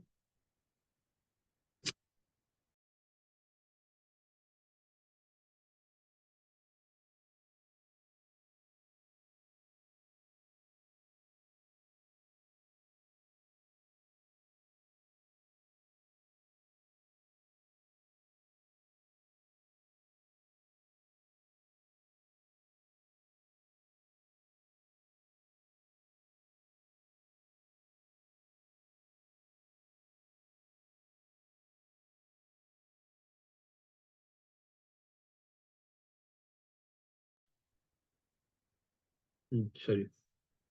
अब केपीआई क्या होता है?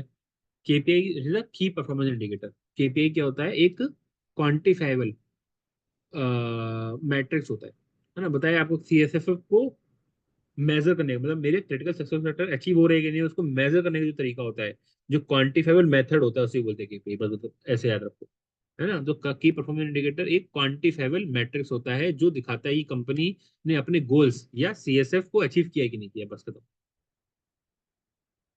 है ना? तो केपीआई की अगर सिंपल लैंग्वेज समझे तो क्रिटिकल सक्सेस फैक्टर क्या है कि भाई हमें डेली क्वेश्चन सॉल्व करने हैं। 30 क्वेश्चन पार्ट ए के सॉल्व करने हैं, 5 क्वेश्चन पार्ट बी के 100 क्वेश्चन सॉल्व करने हैं, 2 क्वेश्चन आपको पार्ट सी के सॉल्व करने हैं। तो डेली वो सॉल्व कर रहे हो कि नहीं कर रहे हो? डेली हमको एक मॉक टेस्ट पेपर देना है, जब तक एग्जाम नहीं होता डेली एक मॉक टेस्ट पेपर देना है आपको। वो कर रहे हो कि नहीं कर रहे हो, उसको नापने का तरीका जैसे केपीआई, सिंपल। अच्छा केपीआई की फीचर क्या होनी चाहिए, तो स्पेसिफिक होना चाहिए, मेजरेबल होना चाहिए, रिलेवेंट होना चाहिए। तीन फोकस एरिया है, तीन फीचर होने चाहिए आपकी केपीआई के अंदर। पहला स्पेसिफिक होना चाहिए, जैसे profit margin instead of financial performance,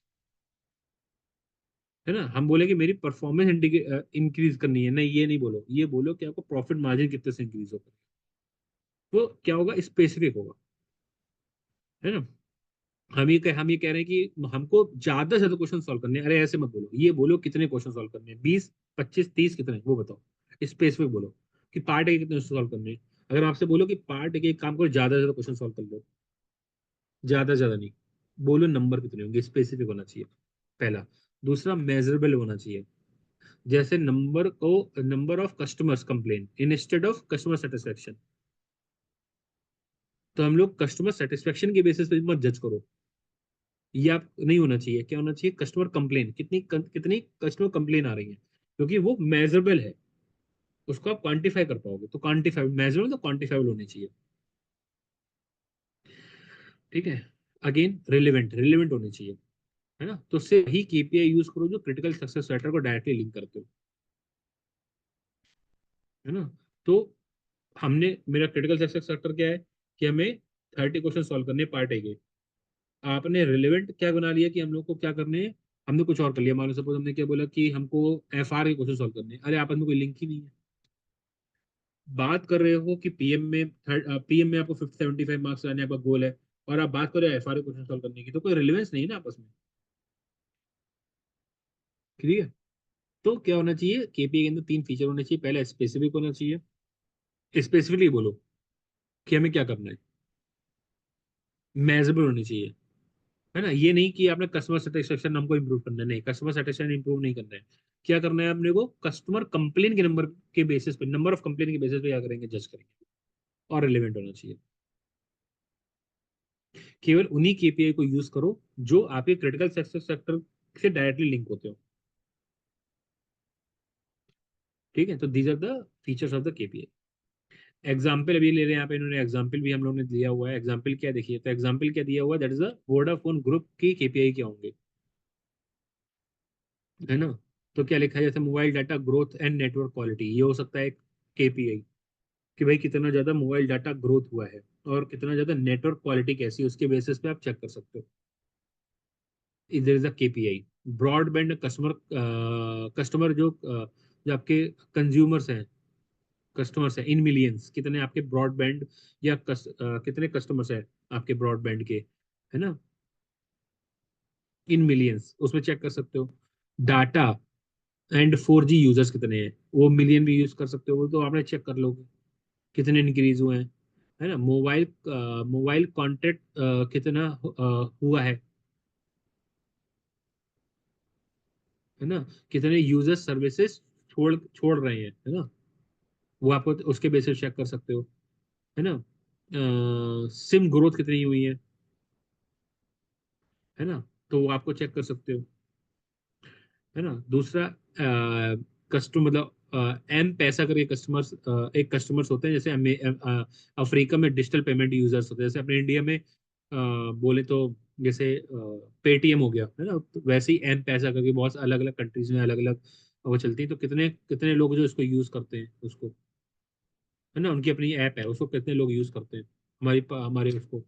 तो इसके बेसिस पे क्या कर सकते हैं हम लोग, ये चेक कर सकते हैं कि परफॉर्मेंस कैसी है कंपनी की। तो this are the KPI, Vodafone के ग्रुप के केपीआई दे रखे हैं इन्होंने नीचे, ठीक है ना, ये इन्होंने केपीआई दे रखे हैं एग्जाम्पल के अंदर,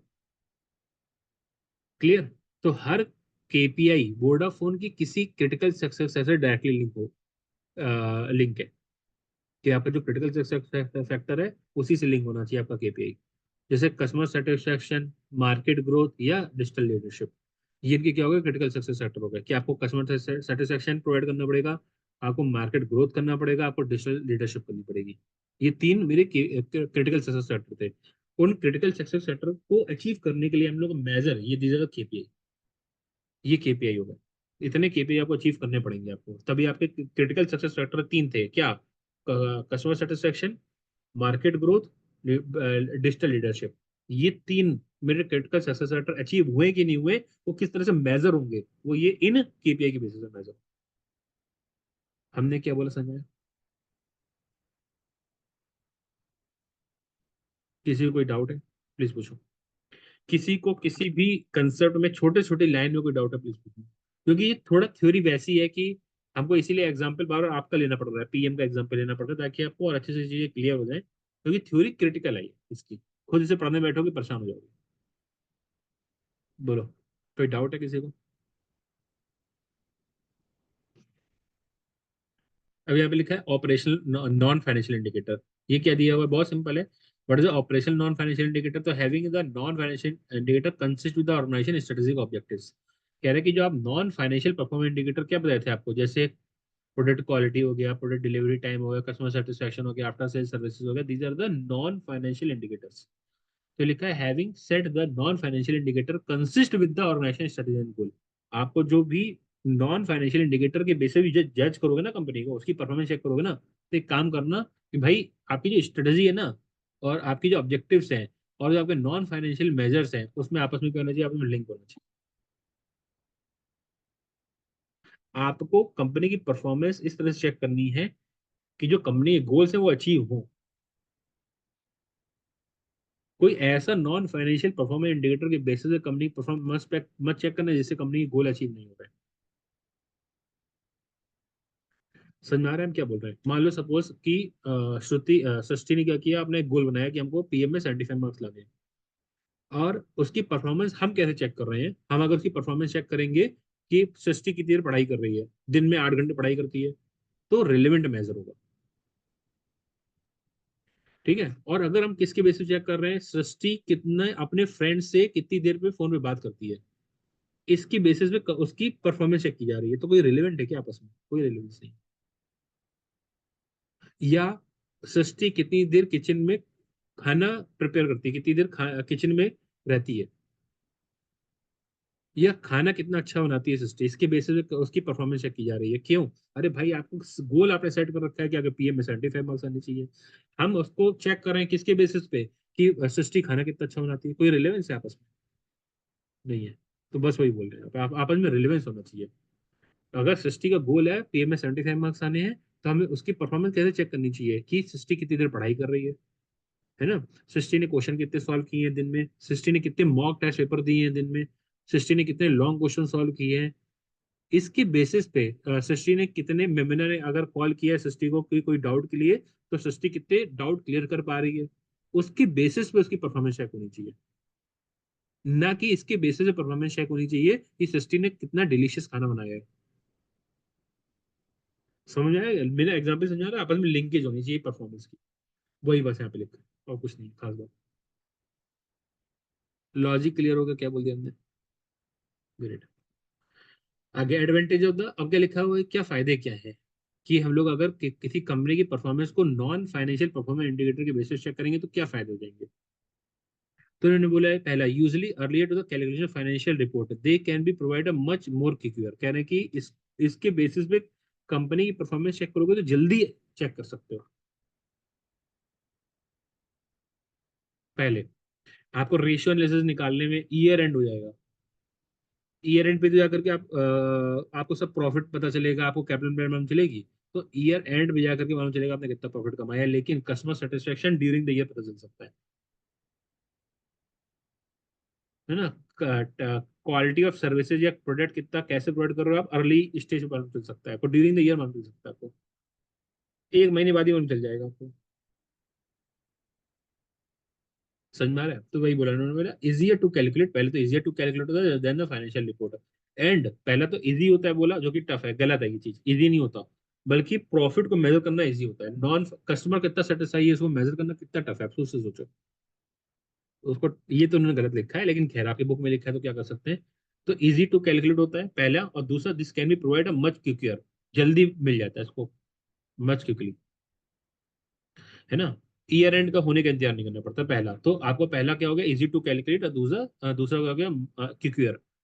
सेकंड लिखा है more flexible as organization can come up with any major apportion to their objective.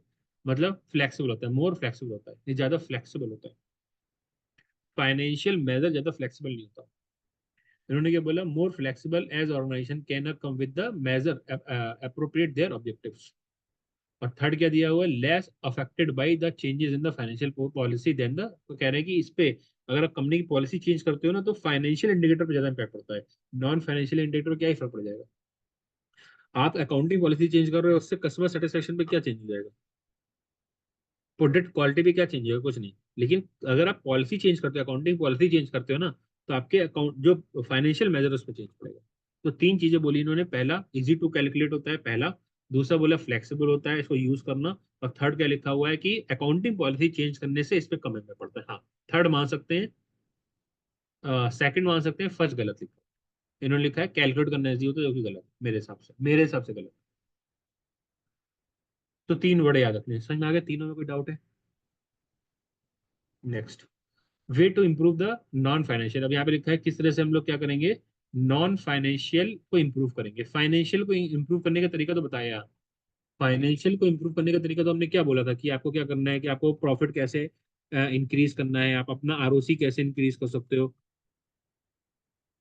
अरे बोलो भाई, ये सब बताया था कि आपको नॉट प्रॉफिट, आपको आपको नेट प्रॉफिट मार्जिन इंक्रीज करना है तो कैसे कर सकते हो, आपको आरओसी इंक्रीज करना है तो कैसे इंक्रीज कर सकते हो, सारे रेशियो सब पढ़ा था। वैसे ही यहाँ पे बोल रहे हैं कि अगर आपको नॉन फाइनेंशियल इंडिकेटर क्या करना है, आपको इंप्रूव करने हैं, तो कैसे इंप्रूव कर सकते हो। समझ में आ रहा है? तो यहाँ पे जो हमने आपको प्रॉफिट इंडिकेटर किस तरह से इंप्रूव कर सकते हैं, वो तो टफ, वो तो सिंपल था, और वो पेपर में नहीं पूछने वाला है, ये पूछने वाला है आपसे। तो पहला क्या बोला, क्वालिटी इंडिकेटर, मतलब क्वालिटी इंडिकेटर्स का मतलब होता है कि आपकी जो क्वालिटी है ना, उसको इंप्रूव करना पड़ेगा। मतलब कई ऑर्गेनाइजेशन क्वालिटी इंप्रूव प्रोग्राम्स का यूज करती हैं, सो दैट अपने प्रोडक्ट की और सर्विसेज की क्वालिटी को बेटर बना पाए वो। इसके लिए क्या करती है, क्वालिटी इंप्रूवमेंट प्रोग्राम्स करती हैं, वो करना पड़ेगा आपको। ये प्रोग्राम दो पार्ट में डिवाइड होते हैं बेसिकली। तो quality product quality improvement program करती हैं बहुत सारी कंपनी, जनरली करती है, इंडिया के अंदर भी बहुत नॉर्मल है ये, है ना। तो क्वालिटी इंप्रूवमेंट प्रोग्राम्स क्या होते हैं, पहली बात। और दो पार्ट में इन्होंने बोला कि इसको दो पार्ट में डिवाइड कर रखा है। दो पार्ट कौन कौन से होते हैं, पहले तो क्वालिटी कंट्रोल, क्यूसी बोलते हैं इसको। तो क्यूसी में क्या होता है, इसका फोकस होता है कि प्रोडक्ट की क्वालिटी को मेजर करना और प्री डिफाइंड स्टैंडर्ड के अगेंस्ट कंपेयर करना। पहला, प्रोडक्ट की क्वालिटी को मेजर करना कि प्रोडक्ट की क्वालिटी कैसी है, ठीक है। तो प्रोडक्ट की क्वालिटी कैसी है, उसके वो चीज चेक करना है आपको। और प्रोडक्ट की क्वालिटी, एक सेकंड।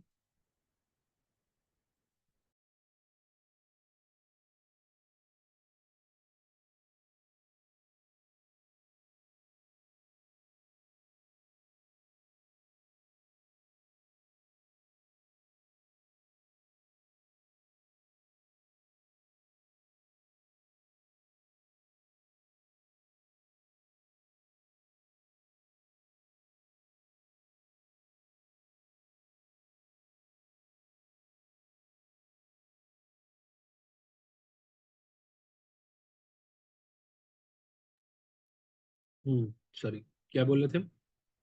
हाँ, क्यूसी, क्यूसी के लिए क्या बोल रहे थे इसका फोकस होता है कि प्रोडक्ट की क्वालिटी को मेजर करना है, पहला, कि आपकी जो प्रोडक्ट की क्वालिटी है, आपकी सर्विसेज क्वालिटी वो कैसी है।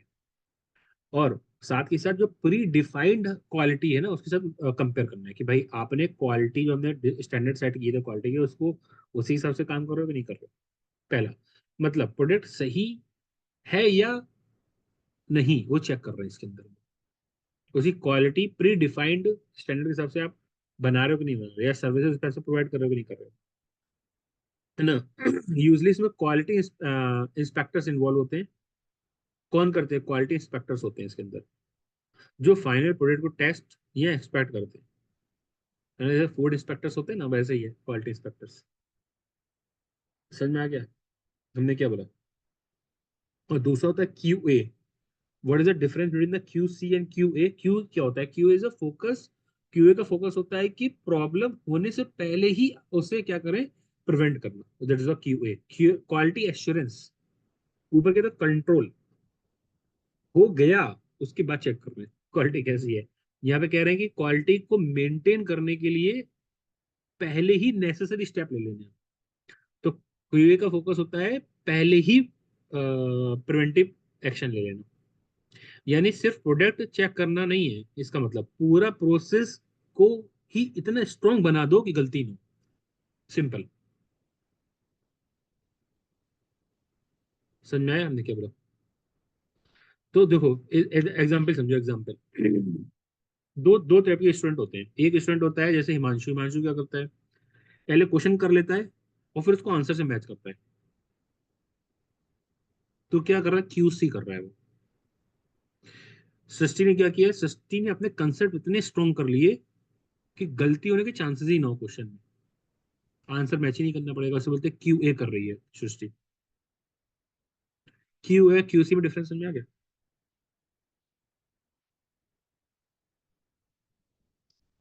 सृष्टि सोच रही है हमने ऐसा तो किया नहीं कभी। ठीक है, जोक सा पार्ट है, सृष्टि बुरा मत मानना, जोक करते रहते थोड़ा बहुत। बोलो। मिमिना, मिमिना कुछ बोलती नहीं इसलिए ज्यादा जोक नहीं करते उसके ऊपर, है ना। रूहाब तो कोई पता ही नहीं है क्या, हमने कभी शक्ल ही नहीं देखी इसकी। सिया भी पता नहीं क्या करती है, पता नहीं। तो जो लोग कैमरा ऑन करते हैं उनके संग थोड़ा सा हंसी मजाक हो जाता है, कोई बात नहीं, तो थोड़ा इंटरेस्ट बना रहता है क्लास में, है ना। बोर जैसी क्लास हो जाएगी, है। खैर, क्लियर है what is the difference the Q A and Q C? ठीक है, तो वापस आ रहे हैं क्यू ए के ऊपर। तो हम लोग क्या कर रहे हैं, अपने प्रोसेस को इतना स्ट्रांग कर रहे हैं कि गलती होने के चांसेस ही ना हो। इसे बोलते हैं क्यूए करना। इसमें हो सकता है कि प्रोसेस रीडिजाइन करना पड़े, कई बार हम लोग को प्रोसेस रीडिजाइन करना पड़ता है। कई बार बेटर क्वालिटी मटेरियल का यूज करना पड़ता है अपने को। कई बार हम लोग को क्वालिटी मीटिंग्स, जहाँ स्टाफ क्वालिटी सुधारना हो, का आइडिया सजेस्ट करना हो, वहाँ पे स्टाफ क्वालिटी मीटिंग्स करनी पड़ जाती है हम लोग को। तो क्या करना पड़ता है, तीन चीजें बेसिकली करनी पड़ती है क्यूए के अंदर हम लोग को। प्रोसेस कई बार डिजाइन चेंज करना पड़ता है, रीडिजाइन करना पड़ता है प्रोसेस का। हाँ, कई बार better better quality material use करना पड़ता है अपने को, है ना। और कई बार हमें क्या करना पड़ता है, क्वालिटी मीटिंग्स करनी पड़ती है। कहाँ पे क्वालिटी मीटिंग्स होंगी, यहाँ पे स्टाफ क्वालिटी सुधारने का आइडिया सजेस्ट करना होगा, वहाँ पे मीटिंग कर लेंगे, क्वालिटी मीटिंग्स कर लेंगे। समझ में आ गया हमने क्या बोला, what is the difference of Q and Q C? ठीक है ना, सिंपल समरी अगर हम समझें, अभी तक हमने जो पढ़ा, दो चीजें पढ़ी, क्वालिटी कंट्रोल और क्वालिटी एश्योरेंस। क्वालिटी कंट्रोल में क्या कह रहे हैं, फाइनल प्रोडक्ट चेक करते हैं हम लोग स्टैंडर्ड के अगेंस्ट में, इसे बोलते हैं क्यूसी करना। हिमांशु क्या कर रहा है, क्वेश्चन कर दिया उसने, उसके बाद चेक कर रहा है किसके साथ में, प्री डिफाइंड सॉल्यूशन के साथ में, जो पीछे सॉल्यूशन दिए ना उसके संग चेक कर रहा है, ऐसे बोलते हैं क्यूसी कर रहा है, ऐसे बोलते हैं। और क्यूए का मतलब क्या होता है, प्रोसेस इतना स्ट्रांग बना लिया हिमांशु ने, इतना अच्छे से कंसेप्ट अपने कर लिए कि अब उसको आंसर चेक करने की जरूरत ही नहीं है उसको। तो प्रोसेस को इतना स्ट्रांग बना लिया कि प्रोडक्ट क्वालिटी पहले ही हाई रहे, है ना, क्वेश्चन ही एक बार में सही निकले, आपको चेक करने की जरूरत ही ना पड़े। जरूरत है क्यू ए करना। समझ में आ गया हमने क्या बोला? बोलो भाई जल्दी, कोई डाउट है? दूसरा क्या लिखा है आगे, कस्टमर सर्विसेज। कस्टमर सर्विसेज में क्या लिखा हुआ है, customer services is a vital in the service industry, but the level after the sale services is also criteria in the manufacturing industry. लेकिन यहाँ पे कह रहे हैं आफ्टर सेल सर्विसेज यहाँ पे भी देनी पड़ती है। जितनी ज्यादा इंपॉर्टेंट है मैन्युफैक्चरिंग इंडस्ट्री में आफ्टर सेल सर्विसेज, उतनी ही जरूरी है after sale services service industry में। जैसे अपना एग्जाम्पल ले लेते हैं, बहुत सारे स्टूडेंट होते हैं, निकल गए, पढ़ के निकल गए हमसे, है ना, बाद में कुछ डाउट पूछ रहे हैं हमसे, तो बताना पड़ता है ना। तो आफ्टर सेल सर्विसेज दे रहे हैं, सेल हो गई, बच्चा पास होकर निकल गया, बाद में कोई डाउट पूछ रहे हैं कि सर हम तो कंपनी में काम कर रहे हैं, हमें ये प्रॉब्लम हो रही है आईएफआरएस में, बताना पड़ता है, आफ्टर सेल सर्विसेज तो है। ठीक है। तो देनी पड़ेगी सर्विस इंडस्ट्री में भी, उतनी ही इंपॉर्टेंट है आफ्टर सेल सर्विस जितनी मैन्युफैक्चरिंग में।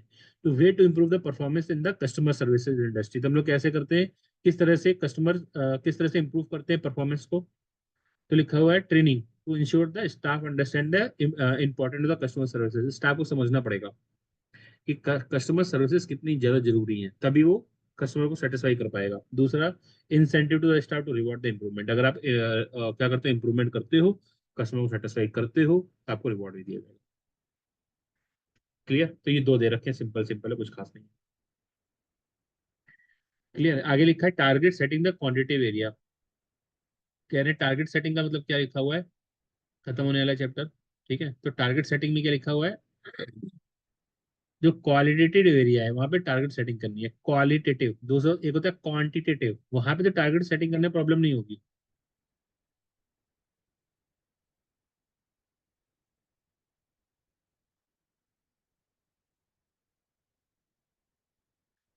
सॉरी, क्या बोल रहे हम? तो हमने बोला कि अगर कोई क्वांटिफाइबल एरिया है, मतलब जिस जो कोई क्वांटिटेटिव एरिया है, वहां पे टारगेट सेट करने में प्रॉब्लम नहीं होती। लेकिन अगर कोई क्वालिटेटिव एरिया है, वहां पे टारगेट सेटिंग करने में बहुत प्रॉब्लम होती है। कैसे? तो बजटिंग और स्टैंडर्ड कॉस्टिंग में हमें दिखता है कि फाइनेंशियल टारगेट सेट करने में क्या प्रॉब्लम होती है। तो हमने जो बजटिंग किया था, स्टैंडर्ड कॉस्टिंग किया था, वहाँ पे टारगेट सेटिंग किया था, हमने फाइनेंशियल टारगेट सेट किए थे, तो वहाँ पे हम लोग को प्रॉब्लम हो रही थी। वैसी प्रॉब्लम वैसी प्रॉब्लम नॉन फाइनेंशियल एरिया में भी होती है ना। जब आपको बजट सेट करने में प्रॉब्लम होती है, जब आपको स्टैंडर्ड कॉस्टिंग में टारगेट सेट करने में, फाइनेंशियल टारगेट सेट करने में प्रॉब्लम होती है, तो वैसी प्रॉब्लम क्या होती है, हालांकि वहां पे तो कम होती है, यहाँ ज्यादा होती है टारगेट सेट करने में प्रॉब्लम। नॉन फाइनेंशियल एरिया में भी आपको जो टारगेट सेट करते हो, तो कुछ आपको एक्स्ट्रा कॉम्प्लिकेशंस होती है। वहां पे भी होती है कॉम्प्लिकेशंस, यहाँ पे तो एक्स्ट्रा होती है। क्या एक्स्ट्रा होती है? तो क्वालिटी एरिया को परफॉर्मेंस, मतलब ये वो एरिया है जहाँ क्वालिटी के क्वालिटी का मेजरमेंट इंपॉर्टेंट होता है, लेकिन डायरेक्टली पैसे के फॉर्म में, मतलब मेजरेबल फॉर्म में नहीं दिखता है बेसिकली ये डाटा। जैसे प्रोडक्ट की क्वालिटी है, आप उसको मेजर करना कैसे करोगे? प्रोडक्ट की क्वालिटी को, कस्टमर सेटिस्फेक्शन को मेजर कैसे करोगे? ये बहुत बड़ा क्या है, पहला यही बोला है कि उसको मेजर करने में बड़ी प्रॉब्लम होती है, कि वो एक्चुअल में टारगेट आपके अचीव हुए कि नहीं हुए, कैसे मेजर करोगे? तो प्रोडक्ट की क्वालिटी हो गई, है ना, कस्टमर सेटिस्फेक्शन हो गया, डिलीवरी परफॉर्मेंस हो गई, आफ्टर सेल सर्विसेज हो गए, इसको ये आपने अचीव किया, इसको मेजर कैसे करोगे आप? इन सबको मेजर करने के लिए कंपनीज नॉन फाइनेंशियल इंडिकेटर्स, जैसे नॉन फाइनेंशियल परफॉर्मेंस इंडिकेटर का यूज करती है। जैसे पहला क्या हो गया, टारगेट सेट करने में प्रॉब्लम, है ना, क्या क्या प्रॉब्लम फेस कर रही है, तो इन सब मेजर करने के लिए कंपनी क्या करती है, नॉन फाइनेंशियल इंडिकेटर का यूज करती है ना। तो अब टारगेट सेट करने में क्या प्रॉब्लम होती है ना, तो टारगेट सेट करने में इन्होंने क्या बताया, पहला प्रॉब्लम क्या बताया कि परफॉर्मेंस को का रियल ड्राइवर्स का आइडेंटिफाई करना मुश्किल होता है। कि भाई जैसे मान लो सपोज मेरा परफॉर्मेंस क्या है, कि कस्टमर सेटिस्फेक्शन, और उसका ड्राइवर क्या है, कैसे पता करोगे? तो सिर्फ कस्टमर सेटिस्फेक्शन मेजर करना काफी नहीं है, हमें ये भी समझना होता है कि स्टाफ क्या करे ताकि कस्टमर ट्रूली सेटिस्फाई हो जाए। पर यहाँ ड्राइवर आइडेंटिफाई करना आसान नहीं है आपको, कि भाई मेरा कस्टमर सेटिस्फेक्शन ये करोगे तो ऐसे सेटिस्फाई हो जाएगा, नहीं कर पाओगे। आपको अगर हम आपको बोले आरओसी को इम्प्रूव करना है, उसका ड्राइवर क्या होगा, आपको पता है भाई, न्यूमेटर बढ़ा दो या डिनोमिनेटर कम कर दो, प्रॉफिट बढ़ा दो या तो कैपिटल बेड कम कर दो, आपको पता है ड्राइवर। कस्टमर सेटिस्फाई कैसे करोगे? ड्राइवर पता है? नहीं पता है। तो यहाँ पे ड्राइवर आइडेंटिफाई करना आसान नहीं होता, आसान काम नहीं है, थोड़ा जजमेंट और ऑब्जर्वेशन लगता है इसके अंदर। तो टारगेट सेट करने में बड़ी प्रॉब्लम होती है कि हम टारगेट कैसे सेट करें, कस्टमर सेटिस्फेक्शन में टारगेट कैसे सेट करें। हमने बोला पीएम में आपको क्या करना है, 75 मार्क्स आने हैं, टारगेट आपने सेट करें 75 मार्क्स। हम आपको बोले कि आपको अपने अब अच्छी पढ़ाई करके अच्छे मार्क्स ला करके अपने फादर को प्राउड महसूस कराना है, कैसे मेजर करोगे इसको? बात समझ आ रही? दोनों डिफरेंस समझ में आ रहा है हम क्या बोल रहे हैं? ठीक है, तो ये है, तो पहले टारगेट सेट करने में बड़ा प्रॉब्लम होता है यहाँ पे। कुछ फैक्टर मेजरेबल ही नहीं होते, दूसरा क्या होता है, मेजरेबल नहीं होते।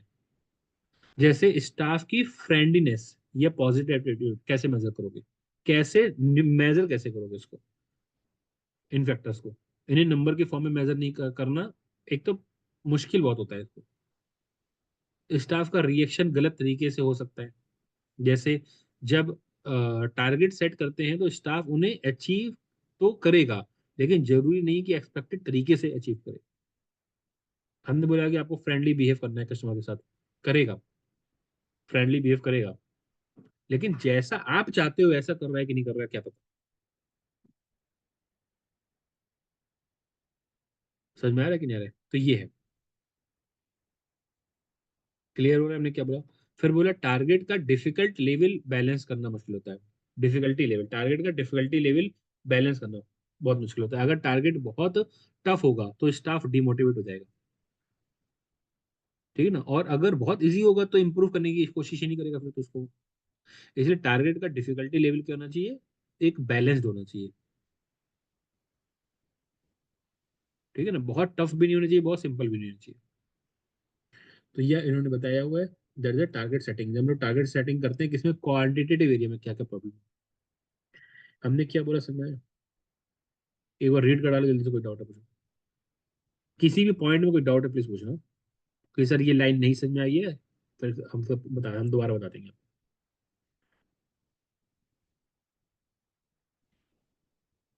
जल्दी हाँ, नया टॉपिक स्टार्ट कर दे।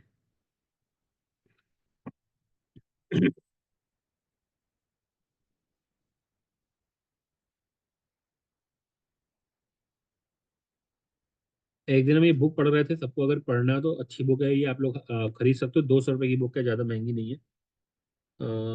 तीन 399 की है, वैसे ऑनलाइन 200 की मिल जाएगी आपको। ये बहुत अच्छी बुक है, एग्जाम देना पढ़ना जरूर। The magic of thinking big, बहुत अच्छी बुक है, बेस्ट बुक है अभी तक हमने जो भी बुक पढ़ी है उसमें से।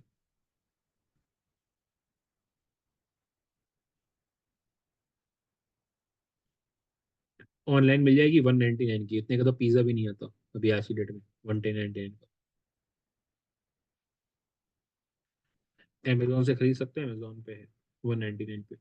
वैसे 399 का एमआरपी है, लेकिन 198 में मिल जाएगी।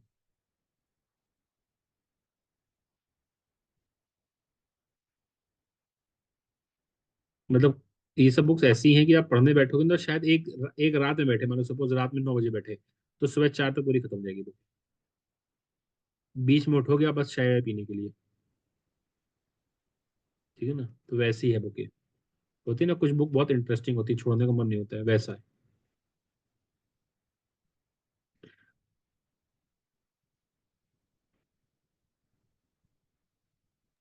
सर, हाँ बेटा।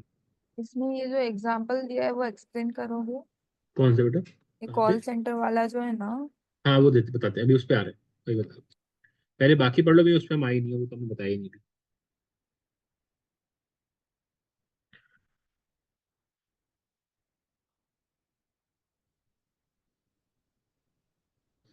बाकी पढ़ लो, बाकी कोई डाउट है पूछ लो, अभी उस पे हम आई नहीं है।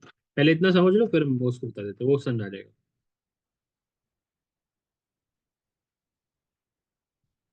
हम्म।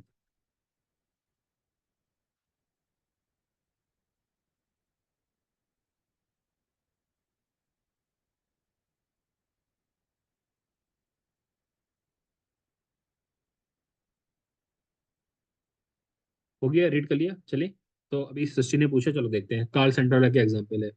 तो क्या बोल रहे हैं यहाँ पे, बेसिकली है क्या चीज यहाँ पे, ये एग्जाम्पल एक क्लासिक केस है जहां पर गलत तरीके से हमने क्या कर दिया, गलत तरीके से सेट किया गया टारगेट उल्टा नुकसान कर देता है हम लोग के लिए, वो बताया गया। हमने अगर गलत तरीके से टारगेट सेट कर लिया ना तो उसका क्या निगेटिव इम्पैक्ट हो जाएगा, वो हम लोग को बताया गया है। तो यहाँ पे बताया गया कॉल सेंटर एग्जाम्पल, टारगेट का निगेटिव इफेक्ट क्या हो सकता है। तो ये कॉल सेंटर ने नए टारगेट इंट्रोड्यूस किए, जैसे हर कॉल सिर्फ 2 मिनट में ही आपको क्या करनी है, खत्म करनी है। 2 मिनट से ज्यादा आप उसको नहीं कर सकते, ये टारगेट सेट कर लिया उसने। अब इससे क्या हुआ, सो दैट उनका उनको क्या सोचना था कि 2 मिनट में खत्म करोगे तो एफिशिएंसी, ज्यादा से ज्यादा कॉल को अटेंड कर सकते हो, ज्यादा क्वेरी सॉल्व कर सकते हो। तो ये क्या होगा, उल्टा पड़ गया उनके लिए। मेरा टारगेट हमने सेट किया भाई, टारगेट जो था ना वो उल्टा हो गया, आपने गलत टारगेट सेट कर लिया। तो उल्टा क्या पड़ गया, रिजल्ट क्या निकला, स्टाफ ने टारगेट मिस मिस ना हो इसलिए क्या करना स्टार्ट कर दिया, 2 मिनट में कोई कॉल आया कस्टमर का, उसकी क्वेरी सॉल्व हो रही नहीं हो रही है, 2 मिनट में काट दिया उसने। तो 2 मिनट होते ही कस्टमर का कॉल कट कर दिया, किसने, स्टाफ ने। क्यों, उसको तो टारगेट अचीव करना 2 मिनट वाला। 2 मिनट के ऊपर चला जाएगा तो नेगेटिव इम्पैक्ट हो जाएगा। अब चाहे प्रॉब्लम सोल्व हुई है चाहे ना हुई है, तो नेगेटिव इम्पैक्ट हो गया। सिर्फ इसलिए कि उसका परफॉर्मेंस अच्छा दिखाई पड़े, वेरिएंस दिखाई पड़े। जब कॉल लॉग निकाली जाएगी ना, तो कौन सी कॉल है, दिन में मान लो सपोज 50 कॉल ली, तो कितनी कॉल है जिस जो 2 मिनट के ऊपर गई हैं, सर 10 कॉल है, 50 में 10 ऊपर चली गई, 20% डेविएशन आ गया, नौकरी खतरे में आ गई। तो उसने क्या कर दिया, फोन ही कट करना स्टार्ट कर दिया। तो कस्टमर कभी सेटिस्फाई होगा? नहीं होगा। इसका इम्पैक्ट क्या पड़ा, कस्टमर फ्रस्ट्रेट हो जाते हैं, कस्टमर फ्रस्ट्रेट हो जाएगा, सर्विस क्वालिटी गिर जाएंगी इससे आपकी। लॉन्ग टर्म में कस्टमर सेटिस्फेक्शन गिरेगा, कम हो जाएगा कस्टमर सेटिस्फेक्शन। टारगेट तो अचीव हो गया, लेकिन इससे क्या हो गया, उल्टा ही पड़ गया, अभी कंपनी की रिपुटेशन खराब हो गई इससे। लेसन क्या मिला इससे, क्या मिला लेसन? हाँ, सस्ती। तो लेसन ये मिल रहा है कि टारगेट अगर सिर्फ नंबर पे बेस्ड होंगे तो ह्यूमन बिहेवियर का ध्यान नहीं रहता है। क्या केवल ह्यूमन बिहेवियर का ध्यान क्या रहता है, ये रहता है कि भाई बस किसी तरह से नंबर अचीव कर लो। अब उस नंबर अचीव करने की वजह से क्या अल्टीमेटली गोल अचीव हुआ, क्या नहीं हुआ, कस्टमर सेटिस्फेक्शन अचीव ही नहीं हुआ, क्योंकि नंबर दिखाई पड़ रहा है, आपका फोकस क्या है, सिर्फ नंबर, 2 मिनट, वो मेजरेबल है ना। कस्टमर सेटिस्फेक्शन मेजरेबल नहीं है। तो जो मेजरेबल है उस पर आप फोकस कर रहे हो, जो मेजरेबल नहीं है, जो अल्टीमेटली गोल है वो, लेकिन वो मेजरेबल नहीं है, तो उस पर आपने उसको क्या कर दिया, इग्नोर कर दिया। Correct, this is the lesson, कि आप गलत तरीके से टारगेट सेट करोगे ना तो अचीव नहीं होंगे, उल्टे उल्टे पड़ जाएंगे, नेगेटिव इम्पैक्ट पड़ेगा, टारगेट आपने गलत सेट कर दिया तो। हाँ, क्या सच्ची समझाया बेटा? मैं ना, हिमांशु, कोई डाउट है? हमने क्या बोला, क्लियर है? यस सर, समझा। Very good. तो this is all about the chapter, important chapter था। नेक्स्ट जो आ रहा है वो इससे भी ज्यादा इंपॉर्टेंट चैप्टर है, further aspect of the performance analysis. ठीक है, चलिए स्टार्ट करते हैं। इससे ऊपर जो क्वेश्चन, ऊपर जो चैप्टर आया है उससे क्वेश्चन आने के चांसेस कम है ना, लेकिन इस वाले चैप्टर, इस वाले तो से तो आएगा ही आएगा, ठीक है। चलिए, तो इसके अंदर दो टेक्निक आप, अच्छा पहले बता देते, ओवरव्यू देते चैप्टर का है क्या। तो इसके अंदर बेसिकली हम लोग को ये बताया गया है, अब यहाँ से ये उसी चैप्टर का ही कंटिन्यूस है। तो ये अभी तक क्या चैप्टर पढ़ा कि भाई कंपनी की परफॉर्मेंस को आप केवल और केवल फाइनेंशियल इंडिकेटर के बेसिस मत चेक करो।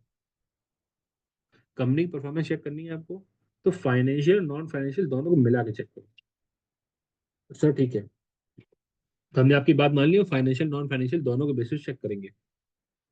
सर कोई मेथड बता दो ऐसा जिस मेथड को हम यूज कर पाए और कंपनी परफॉर्मेंस को फाइनेंशियल और नॉन फाइनेंशियल मेजर के बेसिस चेक कर पाए। ऐसे बहुत सारे मेथड हैं। आप एमबीए में आओगे, है ना, अच्छे कॉलेज से एमबीए करोगे तो आपको वहाँ पे बहुत सारे मेथड बताए जाएंगे, हाँ, लेकिन हमारे कोर्स में सिर्फ 2 मेथड है।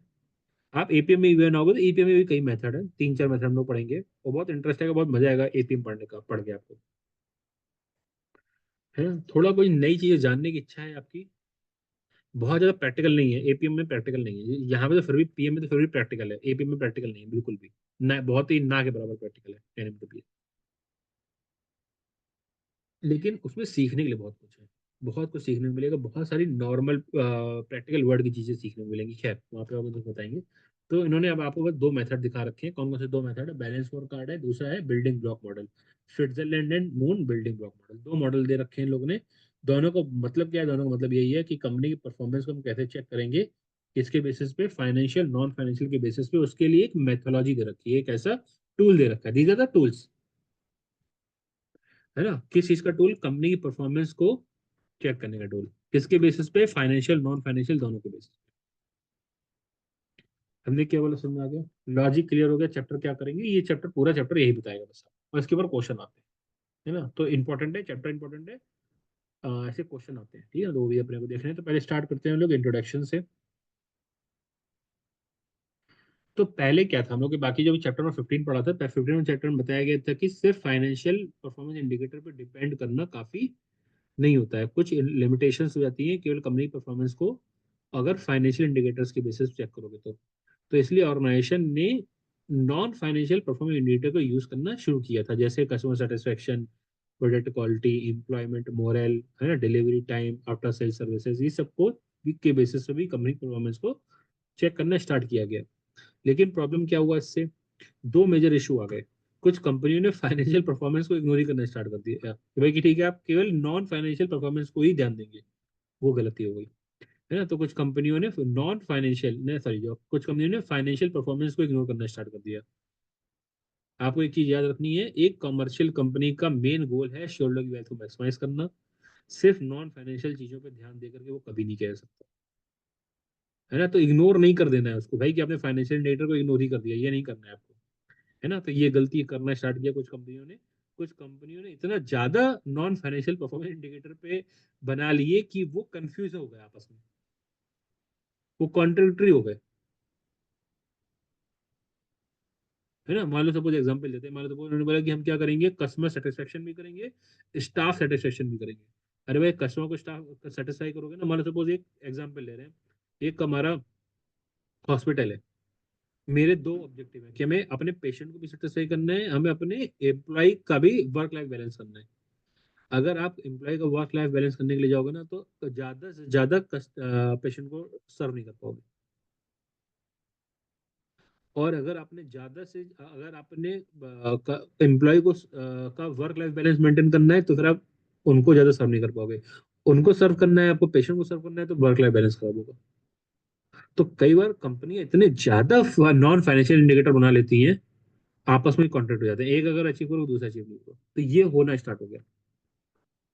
हमने क्या बोला, समझा गया। तो ये प्रॉब्लम होनी स्टार्ट हो गई। अब सॉल्यूशन किसने दिया, ये सब होना स्टार्ट हुआ, सॉल्यूशन एक आया। तो बैलेंस स्कोर कार्ड आया पिक्चर में। बैलेंस स्कोर कार्ड बताएगा पसंद हो तो हम बैलेंस करके देंगे आपको, केवल फाइनेंशियल और केवल केवल नॉन फाइनेंशियल के बेसिस पे कंपनी परफॉर्मेंस चेक ना करो। हम आपको बताएंगे कंपनी परफॉर्मेंस कैसे चेक की जाएगी। तो कपलान एंड नॉर्टन, दो ऑथर थे, उन लोगों ने बैलेंस स्कोर कार्ड दिया। तो कपलान और नॉर्टन ने ये देखा कि परफॉर्मेंस को बैलेंस और स्ट्रक्चर तरीके से मेजर करना चाहिए, है ना। इसलिए उन्होंने क्या बताया, उन्होंने बताया कि बैलेंस कोड का अप्रोच बताया। इस अप्रोच में परफॉर्मेंस को चार इंपॉर्टेंट एंगल से, एंगल मतलब प्रोस्पेक्टिव से देखा जाता है। तो कंपनी परफॉर्मेंस को चार एंगल से देखेंगे। चार एंगल समझ गए ना, चार कोनों से, है ना, चार प्रोस्पेक्टिव से देखेंगे। कौन कौन से चार प्रोस्पेक्टिव में, पहला प्रोस्पेक्टिव दिया कस्टमर प्रोस्पेक्टिव। कस्टमर के प्रोस्पेक्टिव से कंपनी की परफॉर्मेंस चेक किया जाएगा। मतलब कस्टमर हमें कैसे देखता है, कंपनी को एक कस्टमर है हमें कैसे देख रहा है, उसके बेसिस चेक किया जाएगा। कैसे देख रहा है, कस्टमर सेटिस्फेक्शन कितना है, क्वालिटी सर्विसेज के बेसिस पे, कंप्लेन रेट के बेसिस पे, ये इसी तरह से तो देखता है कस्टमर हमको, कि हम कितनी अच्छी क्वालिटी, हम लोग कितना कस्टमर हमसे कितने सेटिस्फाई है। कस्टमर सेटिस्फाई है तो वो अच्छी नजरों से देखेगा, और ऐसा घूर घूर कर देखेगा हमको, है ना। तो कस्टमर प्रोस्पेक्टिव से, है ना। तो हम लोग अच्छी सर्विसेज क्वालिटी प्रोवाइड करते हैं तो हमें अच्छे नजरों से देखेगा, और नहीं तो गंदी नजरों से देखेगा, है ना। जैसे हम अच्छा पढ़ाते हैं तो सस्ती क्या करती है, अच्छे से हमको प्यार से बात करती है हमसे, है ना, अच्छे से रिस्पेक्ट से बात करती है। अगर हम गंदा पढ़ाना स्टार्ट कर देंगे तो क्या करेगी सस्ती, क्या करेगी, हमको डांटना स्टार्ट कर देगी। तो क्या करेगा, कस्टमर के पर्सपेक्टिव से हमें चेक करना है कि कस्टमर कैसे चेक हमको देख रहा है। समझ आ रहा है। तो वही है यहाँ पे, तो कस्टमर पर्सपेक्टिव से कंपनी की परफॉर्मेंस को चेक करना है कि कस्टमर क्या सोचता है कंपनी के बारे में, है ना। दूसरा किसके प्रोस्पेक्टिव चेक करना है, इंटरनल बिजनेस प्रोसेस चेक करना है, इंटरनल बिजनेस प्रोसेस प्रोस्पेक्टिव से। मतलब हम किन इंटरनल प्रोसेसेस में बेस्ट बनना होगा हमको, हमें क्या क्या चीजें इंप्रूवमेंट करनी पड़ेगी। हमें बेस्ट बनना है तो हमें किन किन चीजों में, अपने कौन कौन से इंटरनल बिजनेस प्रोसेस में इंप्रूवमेंट करनी पड़ेगी, उस प्रोस्पेक्टिव से देखना है हमें अपने आप को। तो पहले एक कंपनी को किसके प्रोस्पेक्टिव से देख रहे थे, कस्टमर के प्रोस्पेक्टिव से। अभी इंटरनल बिजनेस प्रोस्पेक्टिव से देख रहे हैं कि हमें अगर बेस्ट बनना है तो कौन कौन से ऐसे प्रोस्पेक्टिव, ऐसे कौन कौन से एरिया है जिसमें हमको इंप्रूव करना पड़ेगा। समझ में आ गया। तो जैसे इफिशिएंसी के बेसिस पे, प्रोसेस इंप्रूवमेंट के बेसिस पे, एरर रेट के बेसिस पे, तो ये सब क्या होगा, इंटरनल बिजनेस प्रोसेसेस हो गए। उसके प्रोस्पेक्टिव से सोचना पड़ेगा कि इसमें से भाई कौन कौन से एरिया है, अभी हमको काम करना पड़ेगा। जैसे मान लो सपोज हम क्या बोल रहे हैं कि ठीक है हम अच्छा पढ़ा रहे हैं, लेकिन हमको एक काम करना पड़ेगा, हमको अपने मेरी माइक की जो हमारा जो क्या बोले, तो जैसे मान लो सपोज वीडियो क्वालिटी की बात कर लेते हैं। ठीक है हम पढ़ा तो अच्छा रहे हैं, लेकिन मेरी वीडियो क्वालिटी अच्छी नहीं है, तो उस पर काम करना पड़ेगा। मेरा इंटरनल प्रोसेस हो गया ना वो। तो सर माइक है ना, तो जो वॉइस है ना वो बहुत अच्छे से नहीं जाती स्टूडेंट के पास में। हम पढ़ा तो अच्छा रहे हैं, लेकिन आवाज ढंग से नहीं जा रही है। तो इंटरनल बिजनेस प्रोसेस होगा, इसको इंप्रूव करना पड़ेगा हमको। तो हमको बेस्ट बनना है तो हमें किन किन एरिया पे फोकस करना पड़ेगा, और कौन कौन से एरिया जहाँ पे आपको काम करना पड़ेगा। That's called the business prospective, business internal business process prospective. IBP बोलते हैं इसको हम लोग, इंटरनल बिजनेस प्रोसेस प्रोस्पेक्टिव की बेसिस पे कंपनी परफॉर्मेंस प्रोस्पेक्टिव हो गया। थर्ड, लर्निंग एंड इनोवेशन, हम कैसे इनोवेशन करें, ग्रो करने, है ना, और अडॉप्ट करें, है ना। तो उसके बेसिस पे हम लोग को उस प्रोस्पेक्टिव से कंपनी परफॉर्मेंस चेक किया जाएगा, मतलब कंपनी कितने इनोवेटिव प्रोडक्ट लॉन्च कर रही है ना, कैसे ग्रो कर रही है ना, एम्प्लॉय ट्रेनिंग कैसी है, इनोवेशन इनोवेशन रेट कैसा है, हम लोग नए नए कितनी कितनी नई नई प्रोडक्ट उन्होंने ड्यूरिंग द ईयर उन्होंने बनाए, स्टाफ का एंगेजमेंट कितना है, इसके बेसिस पे कस्टमर की, उसके बेसिस पे कंपनी परफॉर्मेंस चेक किया जाएगा। हमने कितने नए प्रोडक्ट बना दिए, कितने नए कस्टमर हम लोग लेकर के आए हैं ड्यूरिंग द ईयर, हम लोग ने एम्प्लॉय को कैसे ट्रेन किया है, उसके बेसिस पे कंपनी की परफॉर्मेंस चेक किया जाएगा। और चौथा वाला है फाइनेंशियल प्रोस्पेक्टिव, वो तो होता ही है, कोई बात ही नहीं है कि शेयर होल्डर हमें कैसे देख रहा है, प्रॉफिटेबिलिटी के बेसिस पे, आरओआई के बेसिस पे, रेवेन्यू ग्रोथ के बेसिस पे, तो फाइनेंशियल प्रोस्पेक्टिव पता है सब। तो चार प्रोस्पेक्टिव हो गया, पहला हो गया कस्टमर प्रोस्पेक्टिव, कस्टमर कैसे देख रहा है कंपनी को, उस नजर से कंपनी परफॉर्मेंस चेक करो। इंटरनल बिजनेस प्रोसेस, हमको अगर बेस्ट बनना है तो हमें और कौन से एरिया में एक्सेल करना पड़ेगा, उस प्रोस्पेक्टिव से कंपनी परफॉर्मेंस चेक करो। है लर्निंग एंड ग्रोथ, हमने कितने नए नए कस्टमर्स गेन किए हैं, हमने कितने नए प्रोडक्ट बनाए हैं, हमने इम्प्लॉय को कितनी ट्रेनिंग प्रोवाइड करी है, उस प्रोस्पेक्टिव से कंपनी परफॉर्मेंस चेक करो, है ना। और फाइनेंशियल पर्सपेक्टिव तो है ही, कोई बात ही नहीं है, हमने कितना प्रॉफिट कमाया है, हमने कितना आरओआई कमाया है, हमने कितनी रेवेन्यू ग्रोथ करी है, उस प्रोस्पेक्टिव से कंपनी परफॉर्मेंस चेक करो, वो तो होती ही है, कोई बात ही नहीं। हमने क्या बोला, समझ आ गया। अब इन सबका बैलेंस होना जरूरी है, अगर कस्टमर खुश हैं तो रेवेन्यू बढ़ेगा, रेवेन्यू बढ़ेगा तो फाइनेंशियल परफॉर्मेंस इंप्रूव होगी, अगर इंटरनल प्रोसेस स्ट्रांग होगा तो कॉस्ट कम होगी, और कॉस्ट कम होगी तो प्रॉफिट बढ़ेगा, अगर कंपनी सीख रही है और इनोवेशन कर रही है तो फ्यूचर में ग्रो करेगी कंपनी। तो आपस में सब कुछ लिंक है, आपस में सबका बैलेंस करके चलना पड़ेगा आपको। कस्टमर सेटिस्फाई है, रेवेन्यू इंक्रीज होगा, रेवेन्यू इंक्रीज होगा, फाइनेंशियल प्रॉफिट इंक्रीज होगा, फाइनेंशियल परफॉर्मेंस इंप्रूव होगी। पहला, दूसरा, इंटरनल प्रोसेस आपके स्ट्रांग होंगे, है ना, तो आपकी कॉस्ट कम हो जाएगी फ्यूचर में, अभी करंट ईयर में तो हो सकता है बढ़ जाए, लेकिन फ्यूचर में कॉस्ट कम हो जाएगी और प्रॉफिट आपका इंप्रूव हो जाएगा फ्यूचर में। अगर कंपनी सीख रही है, नए नए प्रोडक्ट लॉन्च कर रही है, इनोवेशन कर रही है, तो हो सकता है करंट ईयर में कॉस्ट, रिसर्च एंड डेवलपमेंट की कॉस्ट से प्रॉफिट कम हो जाएगी, लेकिन फ्यूचर में सबसे प्रॉफिट क्या करेगा, इंक्रीज करेगा। हमने क्या बोला, समझा गया। जल्दी से रीड करा लो, कोई डाउट है पूछ लो।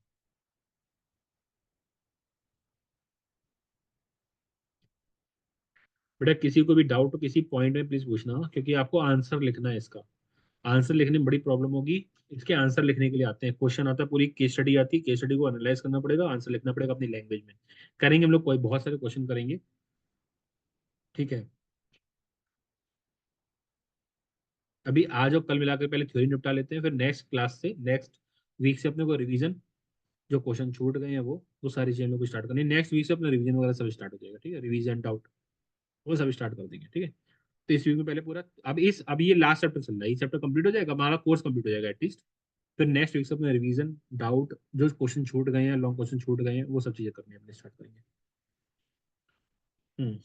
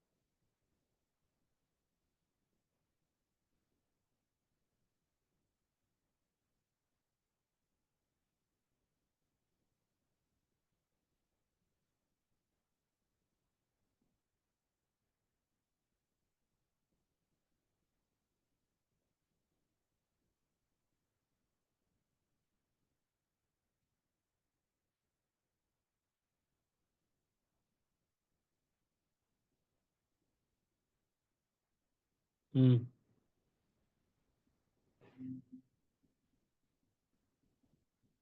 हो जाए तो बोलना बेटा, जल्दी जल्दी करना है।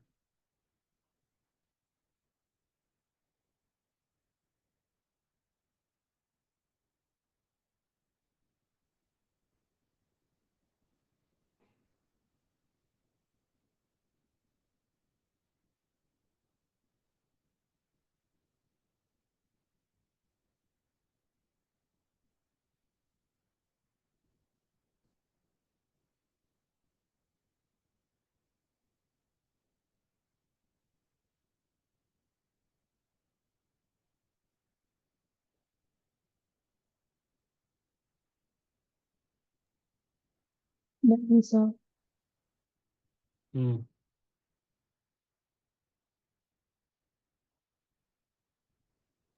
Done sir. चलो great। आगे चलते हैं। नेक्स्ट लिखा है बैलेंस स्कोर का फिलोसफी क्या है। नोट ऑफ द फिलोसफी, क्या दिया हुआ है। फिलोसफी वही है पुरानी अपनी, फाइनेंशियल प्रोस्पेक्टिव, चार प्रोस्पेक्टिव है। Financial prospective, customer prospective, learning and growth है, इंटरनल बिजनेस प्रोसेस। हम लोग को पहले अभी पहले पीछे ही पढ़ करके आए हैं। Setting the measure the performance target, ये क्या होता है। Setting the measures and performance target. तो यहाँ पे इन्होंने कुछ हायरार्की दी हुई है। क्या हायरार्की दी हुई है, कैसे हायरार्की दी हुई है, वो हम लोग को बात करनी है। तो क्या बात कर रहे हैं ये लोग कि हम लोगों को कि जब किसी बिजनेस की परफॉर्मेंस को चेक करना है या कंपनी के बिजनेस को अचीव, स्ट्रेटेजी को या गोल को अचीव करना है, तो क्या करना पड़ेगा। यहाँ पे लिखा है कि सेटिंग मेजर परफॉर्मेंस टारगेट, मतलब की डेफिनेशन कुछ दे रखी है, पहले वो समझना पड़ेगा। तो setting the measures and the performance target. Setting the measure, हम लोग मेजर सेट कर रहे हैं, और परफॉर्मेंस टारगेट मतलब टारगेट सेट कर रहे हैं और उसको किस तरह से मेजर किया जाएगा वो चेक कर रहे हैं। तो कुछ की डेफिनेशन दे रखी है उन्होंने कि हम लोग किस तरह से टारगेट सेट करते हैं और किस तरह से मेजर करते हैं उसकी परफॉर्मेंस को। तो पहला इन्होंने दिया ऑब्जेक्टिव। What is objective. तो ऑब्जेक्टिव का मतलब क्या है कि एक स्पेसिफिक और मेजरेबल काम को कैसे किसी गोल को अचीव करने के लिए एक फिक्स टाइम पर कंप्लीट करना है उनको। That's called objective. मतलब ऑब्जेक्टिव क्या लिखा है, स्पेसिफिक, एक स्पेसिफिक और मेजरेबल काम को। ध्यान रखना किसी स्पेसिफिक काम को, लेकिन वो मेजरेबल होना चाहिए, मतलब नॉन मेजरेबल होना चाहिए, जजमेंट के बेसिस पे नहीं। कोई स्पेसिफिक और मेजरेबल काम को, किसी गोल को, जो किसी गोल को अचीव करने के लिए फिक्स किया गया है, उसको कैसे हम लोग टाइमली अचीव कर पाएंगे, उसे बोलते हैं ऑब्जेक्टिव। तो ये लिखा है specific measurable statement of what will be done in to किसको to achieving the goals within the defined framework is it is a objective. है ना। तो आप ऐसे याद रखो, हिंदी में अगर याद रखना तो हिंदी में याद रखो, जो एक स्पेसिफिक या मेजरेबल काम, मेजरेबल वर्क, जो किसी गोल को अचीव करने के लिए एक फिक्स टाइम में कंप्लीट करना है, उसे क्या बोलते हैं ऑब्जेक्टिव। क्लियर ऑब्जेक्टिव क्या होता है। ठीक है। अभी अपने ही हम लोग अपने ही गोल अपने ही ले लेते हैं। स्पेसिफिक और मेजरेबल काम है कि भाई पीएम में हमको अच्छे मार्क्स लाने, मतलब 75 मार्क्स लाने, है ना। जो किसी का गोल को अचीव करने के लिए, ये मेरा गोल है ना, लेकिन वो गोल कैसा है, मेजरेबल है, 75 मार्क्स लाने हैं, और एक फिक्स टाइम में उसको कंप्लीट करना है कि भाई वही 2 महीने में पेपर है, 2 महीने में आपको वो अचीव करना है। ये नेक्स्ट मंथ ही पेपर है अभी, तो नेक्स्ट मंथ तक में अचीव करना है वो गोल। तो स्पेसिफिक मेजरेबल काम, मेरा स्पेसिफिक मेजरेबल काम क्या हो गया कि डेली 30 क्वेश्चन सॉल्व करना एज अ स्पेसिफिक मेजरेबल काम, किसी गोल को अचीव करने के लिए। और गोल को अचीव करने के लिए क्या है, 75 मार्क्स लाने के लिए, है ना। और कब तक, नेक्स्ट 1 महीने तक आपको काम करना है। तो स्पेसिफिक मेजरेबल काम हो गया डेली 30 क्वेश्चन सॉल्व करना। गोल क्या हो गया, 75 मार्क्स लाना, और with in the time limit, with in 1 महीने के अंदर आपको करना है। That's the objective. वो जो काम है, daily 30 marks, daily 30 question solve करना इज द ऑब्जेक्टिव। वो मेरा ऑब्जेक्टिव हो गया आपका। समझ में आ गया एग्जाम्पल। अब परफॉर्मेंस मेजर क्या होता है, एक नंबर या क्वांटिटेटिव चीज जिससे हम जान सकते हैं कि ऑब्जेक्टिव अचीव हो रहे हैं कि नहीं। That is called the performance measure. कि हम लोग ये चेक करेंगे कि डेली 30 क्वेश्चन सॉल्व हो रहे हैं कि नहीं हो रहे हैं। तो जैसे हमने मान लो सपोज मेजरेबल काम क्या हो गया, हमको 500 क्वेश्चन सॉल्व करने हैं।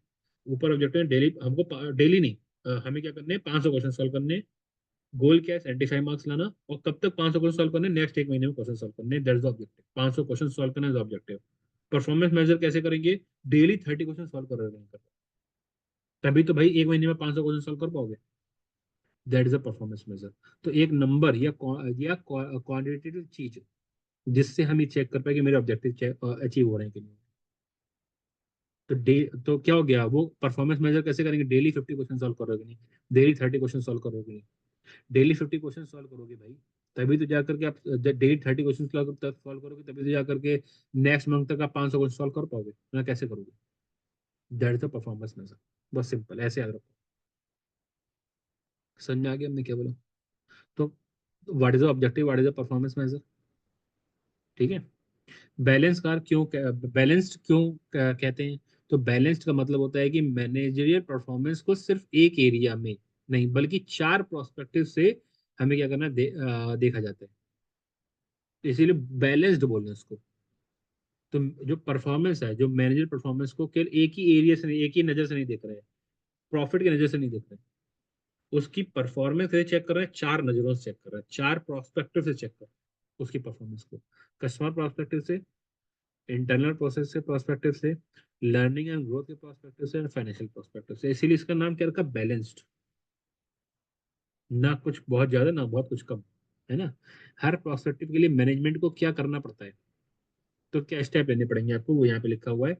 तो हर प्रोस्पेक्टिव के लिए मैनेजमेंट को क्या करना क्या पड़ता है, तो स्टेप क्या है? जैसे स्टेप के ऑब्जेक्टिव क्या डिसाइड करना है, तो हम किस चीज को अचीव करना चाहते हैं, तो एम क्लियर होना चाहिए आपका। तो ऑब्जेक्टिव अगर आपको अचीव करना है, तो उसके लिए क्या करना, डिसाइड करना पड़ेगा कि आपका एम क्लियर होना चाहिए, हमें क्या चीज करनी है। तो हम किस चीज को अचीव करना चाहते हैं वो आपका क्लियर होना चाहिए, एम क्लियर होना चाहिए ऑब्जेक्टिव में। तो ऑब्जेक्टिव क्या है? 75 मार्क्स मेरे आने चाहिए, क्लियर होना चाहिए आपको। पहला, मेजर कैसे करेंगे उस ऑब्जेक्टिव को, मेजर कैसे करेंगे, है। तो जैसे ऑब्जेक्टिव क्या हो गया, पीएम में अच्छे मार्क्स लाना इज ऑब्जेक्टिव, तो मेरा क्लियर गोल है पीएम में अच्छे मार्क्स लाने हैं।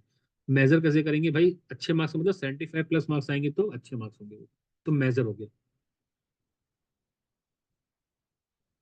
क्लियर। टारगेट, थर्ड क्या होता है? टारगेट। टारगेट मतलब कितना अचीव करना चाहिए हमें, तो कितना अचीव करना चाहिए भाई? 75 मार्क्स आ जाएंगे तो अच्छा, टारगेट हो गया मेरे 75। अच्छे मार्क्स लाना है, पहला ऑब्जेक्टिव है। मेजर कैसे करेंगे? 75 मार्क्स से ऊपर आ जाएंगे तो हम लोग अच्छे मार्क्स मानेंगे कि मेरे अच्छे मार्क्स आ रहे हैं। टारगेट क्या किया है? कम से कम 75 मार्क्स लाना ही है, दैट्स अ टारगेट। और इनिशिएटिव क्या लेंगे?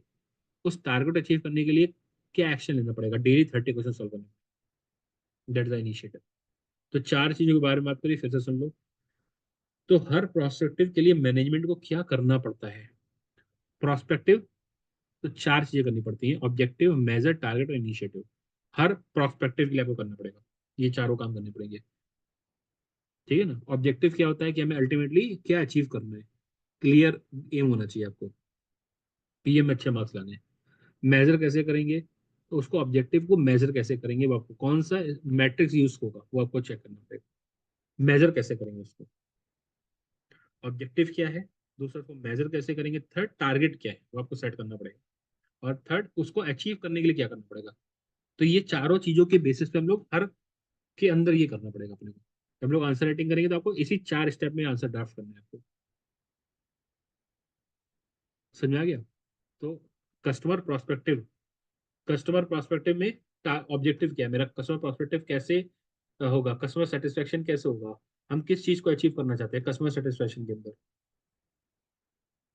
पहला। दूसरा, मेजर कैसे करेंगे, कस्टमर सेटिस्फाई की हुआ है कि नहीं, सर्वे कराएंगे।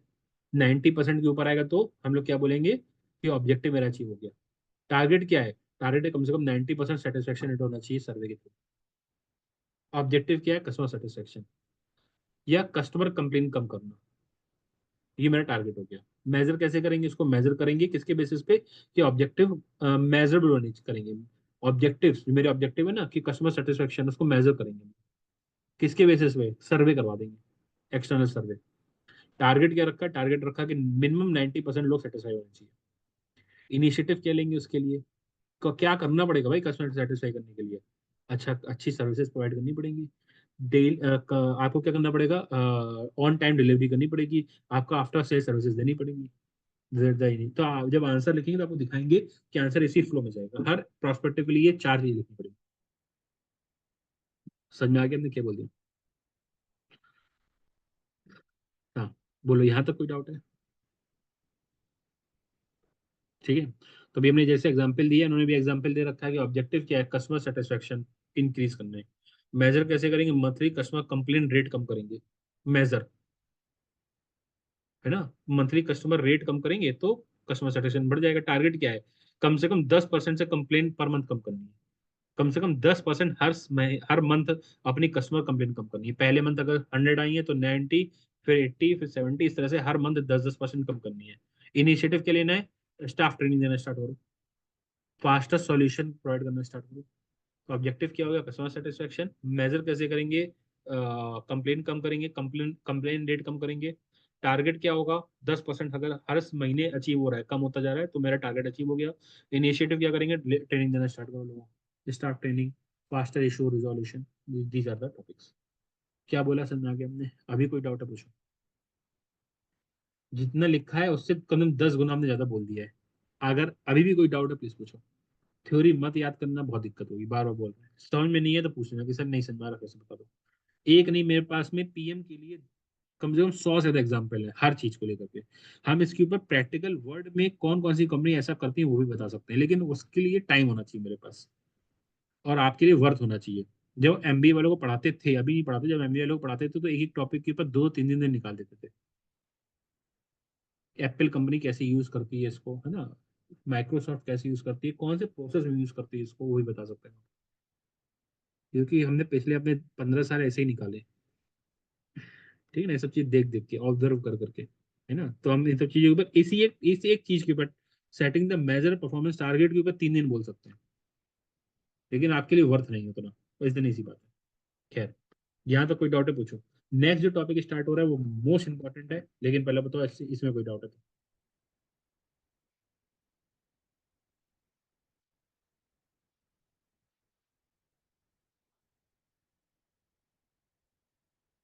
हम्म,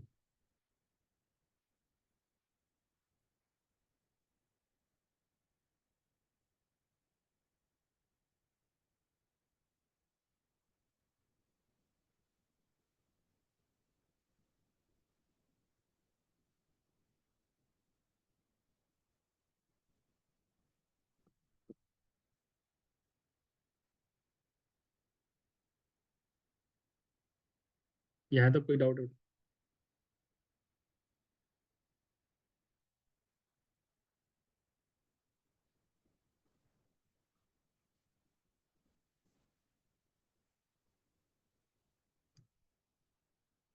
चले आगे। नेक्स्ट हो रहा है मेरे पास लीडिंग एंड लैगिंग इंडिकेटर। दो टाइप के इंडिकेटर्स होते हैं, मोस्ट इंपॉर्टेंट है, बहुत बार क्वेश्चन पूछते हैं, but are the leading and lagging indicators. तो यहाँ पे है उसी का बैलेंस स्कोर कार्ड का ही पार्ट है। तो नॉर्टन एंड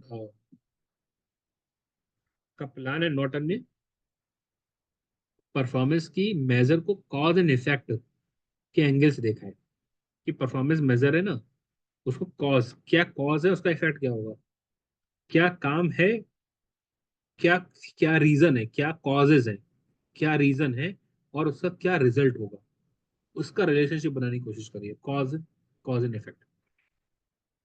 तो उन्होंने दो चीजें बताई, लैगिंग इंडिकेटर और लीडिंग इंडिकेटर। लैगिंग लैगिंग की वाली बात करेंगे। लैगिंग मतलब ये क्या बता क्या रहा है, ये रिजल्ट दिखाता है जो पास्ट डिसीजन के इफेक्ट होते हैं। पास्ट में हमने कुछ डिसीजन लिया था जिसकी वजह से आज ये रिजल्ट अचीव हुआ है, उसे बोलते हैं लैगिंग इंडिकेटर। पास्ट में पास्ट में डिसीजन लिया था जिसकी वजह से आज ये रिजल्ट आया, जैसे बोलते हैं लैगिंग इंडिकेटर। लैग नाम ही समझा रहा है, लैग पास्ट की बात होती है, पास्ट में हमने डिसीजन लिया था, आज रिजल्ट आया उसका। एग्जाम्पल फाइनेंशियल परफॉर्मेंस, जैसे प्रॉफिट आरओआई। क्यों? क्योंकि ये सब वो चीजें हैं जो पहले लिए गए थे डिसीजन के बाद, हमने पहले कुछ डिसीजन लिए थे जिससे आज वो रिजल्ट अचीव। डिसीजन पहले लिया था पास्ट में, अचीव आज हो रहा है। इन्हें कहते हैं डाउन स्ट्रीम इंडिकेटर से कहते हैं। तो डाउन स्ट्रीम, डाउन स्ट्रीम मतलब डिसीजन पहले लिया गया था, उसका रिजल्ट आज दिखाई पड़ रहा है। ठीक है ना, डाउन स्ट्रीम इंडिकेटर। क्लियर, समझ में आ गया। एक होता है लीडिंग। लीडिंग इंडिकेटर मतलब क्या होता है, ये प्रिडिक्टेड करते हैं फ्यूचर परफॉर्मेंस को। यहाँ पे हम लोग प्रिडिक्शन करने के लिए यूज करते हैं कि आज क्या करेंगे जिससे फ्यूचर पे इम्पैक्ट पड़ेगा। ये फ्यूचर प्रेडिक्ट करने के लिए परफॉर्मेंस को काम आते हैं। यूजली ये नॉन फाइनेंशियल इंडिकेटर होते हैं, जैसे customer satisfaction, internal process efficiency, employ training, innovation. इन्हें कहते हैं अप स्ट्रीम, यानी अप स्ट्रीम नीचे से ऊपर। एग्जाम्पल लेते हैं, अगर आज कस्टमर सेटिस्फेक्शन कस्टमर सेटिस्फेक्शन क्या कर रहा है, बढ़ रही है, कस्टमर सेटिस्फेक्शन रेट बढ़ रहा है, तो कल रेवेन्यू भी बढ़ेगा। समझ में आ गया। हमने पास्ट में कुछ किया था जिसकी वजह से आज कस्टमर सेटिस्फेक्शन इंक्रीज हो गया। अच्छा ठीक है, आज कस्टमर सेटिस्फेक्शन इंक्रीज हो गया, तो पास्ट कुछ डिसीजन लिए थे जिससे आज इम्पैक्ट पड़ा, उसे बोलेंगे क्या, लैगिंग। लीडिंग मतलब क्या होता है, आज कुछ हुआ, आज की फाइनेंशियल परफॉर्मेंस को देख करके, आज की सर्कमस्टांसेस को देख करके फ्यूचर को बिल्ड करना, दैट्स कॉल्ड द लीडिंग। अगर आज आपकी कस्टमर सेटिस्फेक्शन इंक्रीज हो रहा है, तो कल रेवेन्यू भी आपका क्या होगा, इंक्रीज होगा, दैट्स द लैगिंग।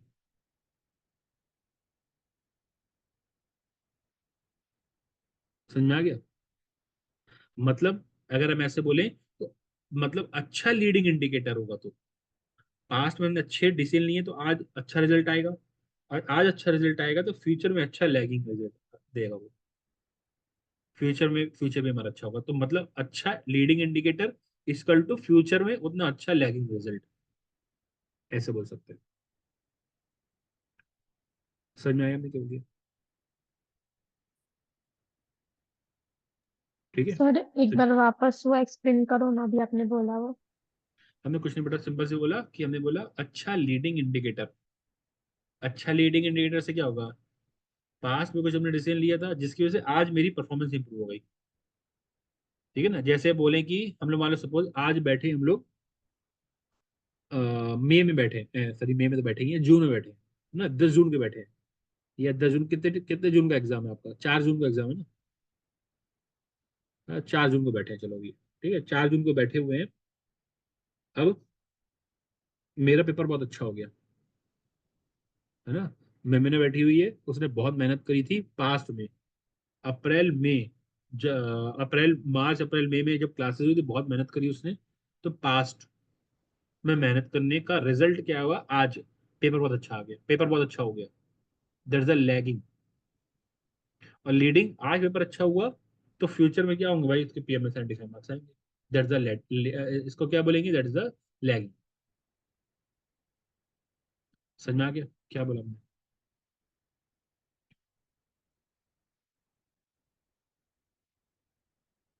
क्लियर, ठीक है। तो इसीलिए उन्होंने क्या बोला कि मतलब अच्छा लीडिंग इंडिकेटर जो होगा, लीडिंग इंडिकेटर मतलब फ्यूचर, है ना। फ्यूचर, अच्छा leading indicator equal to future में अच्छा लैगिंग रिजल्ट। आप ऐसे लिख सकते हो, है ना, लिखने की जरूरत नहीं है, हालांकि कुछ हम आपको बोल रहे हैं बस ये। ठीक है, तो दिस इज द, अब यहाँ पे आगे क्या बोल रहे हैं, यहाँ तक बात समझ आ गया, what is the leading and lagging का मतलब समझ में आ गया सबको। अब आगे क्या बोल रहे हैं, स्ट्रेटजी का इंपॉर्टेंस क्या है। तो कपलान एंड नॉर्टन ने बताया कि कई company random performance measure set करती हैं जो उनकी स्टडी से मैच ही नहीं करता है। तो उन्होंने क्या कर लिया, परफॉर्मेंस मेजर रैंडम कुछ भी सेलेक्ट कर लिया, भाई स्ट्रेटजी कुछ और है, आप मेजर अलग तरीके से सेट कर रहे हो। जैसे हमने आपको भी एग्जांपल दिया, भाई मेरी स्ट्रेटजी क्या है, मेरी स्ट्रेटजी है कि हम लोगों को क्या करना है, 75 मार्क्स लाने हैं, मेरी स्ट्रेटजी है। अब मेजर कैसे कर रहे हो, मेजर कर रहे हो कि आप कितना डिलीशियस खाना बना रहे हो, कभी कभी होगा क्या। तो आपका जो स्ट्रेटजी होती है, स्ट्रेटजी मतलब जो गोल है अचीव करने की, जो स्ट्रेटजी है, गोल अचीव करने की स्ट्रेटजी है वो, है ना। और आपके जो मेजर्स हैं वो आपस में अलाइन ही नहीं होते। तो रैंडम कुछ भी हम लोग रैंडम परफॉर्मेंस मेजरमेंट बना लेते हैं जो स्टडी से मैच नहीं करते। इसलिए उन्हें ये स्ट्रेस दी, इसलिए क्या किया कि कप्लान नॉर्टन नॉर्टन ने स्ट्रेसली बोला, मतलब जानबूझ के बोला अलग से चला के, क्या हर कंपनी को क्या करना पड़ेगा, 4 एरिया में, 4 एरिया कौन कौन से हो गए, customer, internal prospective, internal process, learning और फाइनेंशियल। है ना। तो हर कंपनी को ये 4 एरिया के ऑब्जेक्टिव ऐसे सेट करने चाहिए जो उनकी मिशन और स्ट्रेटेजी से अलाइन, कि अल्टीमेटली हमें क्या अचीव करना है, गोल क्या अचीव करना है, हमें क्या मिशन, क्या मिशन क्या हो गया, कल बताया था मिशन का मतलब क्या था, अल्टीमेटली ऑब्जेक्टिव, कंपनी क्यों स्टैब्लिश हुई है। तो उन्होंने वही बोला कि यहाँ पे चारों एरिया, जो कस्टमर पर्सपेक्टिव है, इंटरनल प्रोसेस है, लर्निंग और फाइनेंशियल, कि और इसके जो ऑब्जेक्टिव्स हैं इस तरह से सेट करने हैं कि आपका अल्टीमेटली गोल अचीव हो, अल्टीमेटली मिशन अचीव हो जाए कंपनी स्टैब्लिश करने का। समझ में आ गया यहाँ तक। हर मेजर, हर टारगेट, सब स्ट्रेटेजी बेस्ड होनी चाहिए। जितने भी आप मेजर बना रहे हो, जो भी टारगेट बना रहे हो, सब स्ट्रेटेजी बेस्ड होनी चाहिए आपके, क्योंकि आपकी स्ट्रेटेजी जब अचीव होगी ना, तब जाकर आपके मिशन अचीव होगा। तो हम लोग मेजर आप सही से बनाओगे ना, है ना, तभी आप जाके क्या कर पाओगे, आप छोटे छोटे गोल्स, मतलब आपके जो ऑब्जेक्टिव्स हैं वो आप अचीव कर पाओगे। ऑब्जेक्टिव अचीव कर पाओगे तभी जाकर आप स्ट्रेटेजी अचीव कर पाओगे, स्ट्रेटेजी अचीव कर पाओगे तभी जाकर के अल्टीमेटली मिशन अचीव कर पाओगे। क्या बोला समझ में आया हमने। तो स्ट्रेटेजी का बहुत इंपॉर्टेंस होता है। वही वापस इस बार दोबारा से बोल रहे हैं कि कपलान एंड नॉर्टन ने देखा कि कई कंपनी रैंडम परफॉर्मेंस मेजर कर लेती, सेट कर लेती है, जो उनकी स्ट्रेटेजी से मैच भी नहीं कर रहा है। इसलिए उन्हें स्ट्रेस दिया कपलान एंड नॉर्टन ने कि हर कंपनी को ये 4 प्रोस्पेक्टिव, ये 4 एरिया है ना, उसका ऑब्जेक्टिव ऐसे सेट करने हैं कि आपको इन चारों एरिया के ऑब्जेक्टिव सेट करने पड़ेंगे ना, और ऐसे ऑब्जेक्टिव सेट करने हैं कि इस, अगर ये ऑब्जेक्टिव अचीव हो रहे हैं आपके इन चारों एरिया के, तो आपका अल्टीमेटली मिशन अचीव हो जाएगा। समझ में आया मैं क्या बोल दिया, है ना। तो हर मेजर को, हर टारगेट को, सब स्ट्रेटेजी बेस्ड होना चाहिए, ये बोला हमने। क्या बोला हमने, समझ में आ गया, किसी को डाउट है प्लीज पूछो। हम्म।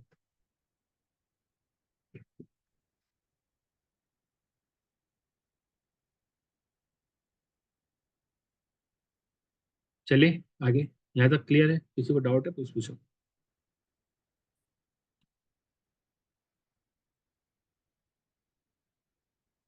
बोलो भाई।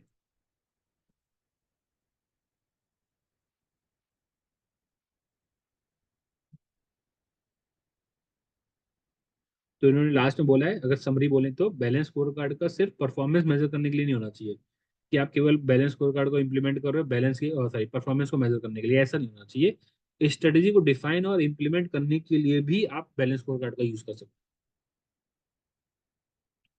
इसीलिए उन्होंने बोला लास्ट में स्ट्रेटेजी के लिए कि चारों एरिया में आपको जो ऑब्जेक्टिव है ना, इस तरह सेट करना कि वो, अगर वो ऑब्जेक्टिव सेट, इन चारों एरिया के ऑब्जेक्टिव सेट हो रहे हैं ना, अचीव हो रहे हैं, तो आपकी अल्टीमेटली बिजनेस का मिशन चेंज अचीव हो जाए।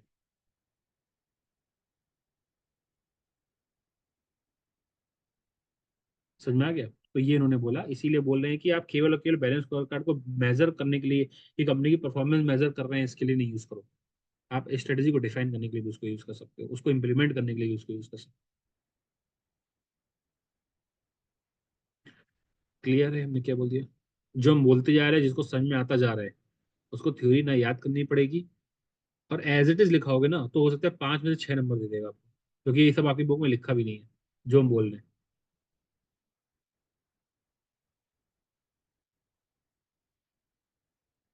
क्लियर है यहाँ तक।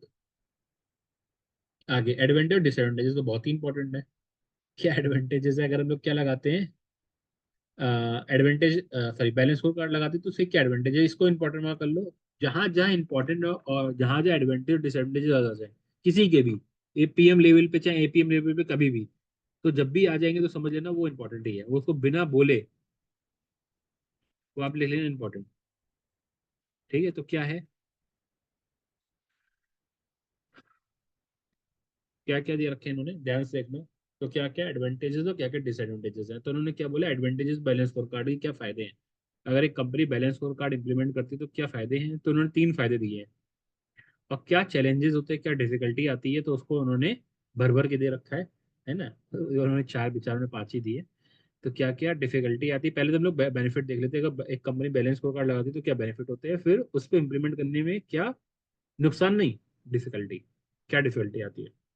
तो पहले क्या बोले, एडवांटेज में आपको कंपनी का वाइडर व्यू मिल जाता है।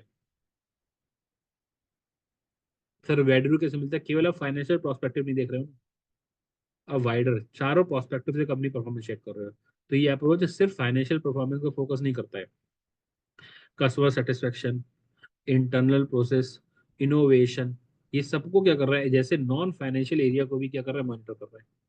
तो वाइडर व्यू नहीं मिल रहा, आप सोचो, खुद से सोचो।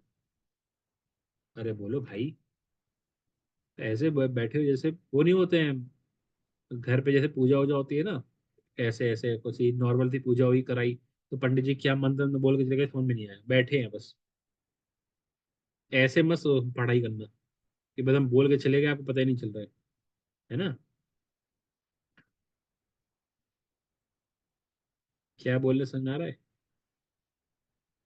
इसीलिए बहुत धीरे धीरे बोल रहे हैं, इसीलिए बहुत सिंपल लैंग्वेज में बोल रहे हैं, बहुत टफ लैंग्वेज में नहीं बोल रहे हैं आपको। वर्मा जी, समझ में आ रहा है? चलो वापस आते हैं, क्या क्या एडवांटेजेस रखे हैं, तो उन्होंने बोला कि वाइडर भी मिल जाता है आपको, ऑब्वियस सी बात है। तो ये अप्रोच सिर्फ फाइनेंशियल परफॉर्मेंस पे फोकस नहीं कर रहा है, ये चारों और भी तीन परफॉर्मेंस हैं और तीनों प्रोस्पेक्टिव है, उसके बेसिस भी कंपनी परफॉर्मेंस को चेक कर रहा है। तो कस्टमर सेटिस्फेक्शन के बेसिस पे, इंटरनल प्रोसेस के बेसिस पे, इनोवेशन जैसे नॉन फाइनेंशियल एरिया को भी मॉनिटर करता है ये। इसलिए मैनेजर की परफॉर्मेंस को मैनिपुलेट नहीं किया जा सकता। आप मैनेजर चाहे तो वो मैनिपुलेट कर देगा, नहीं कर पाएगा, क्योंकि केवल और केवल फाइनेंशियल के बेसिस पे नहीं हो रहा है।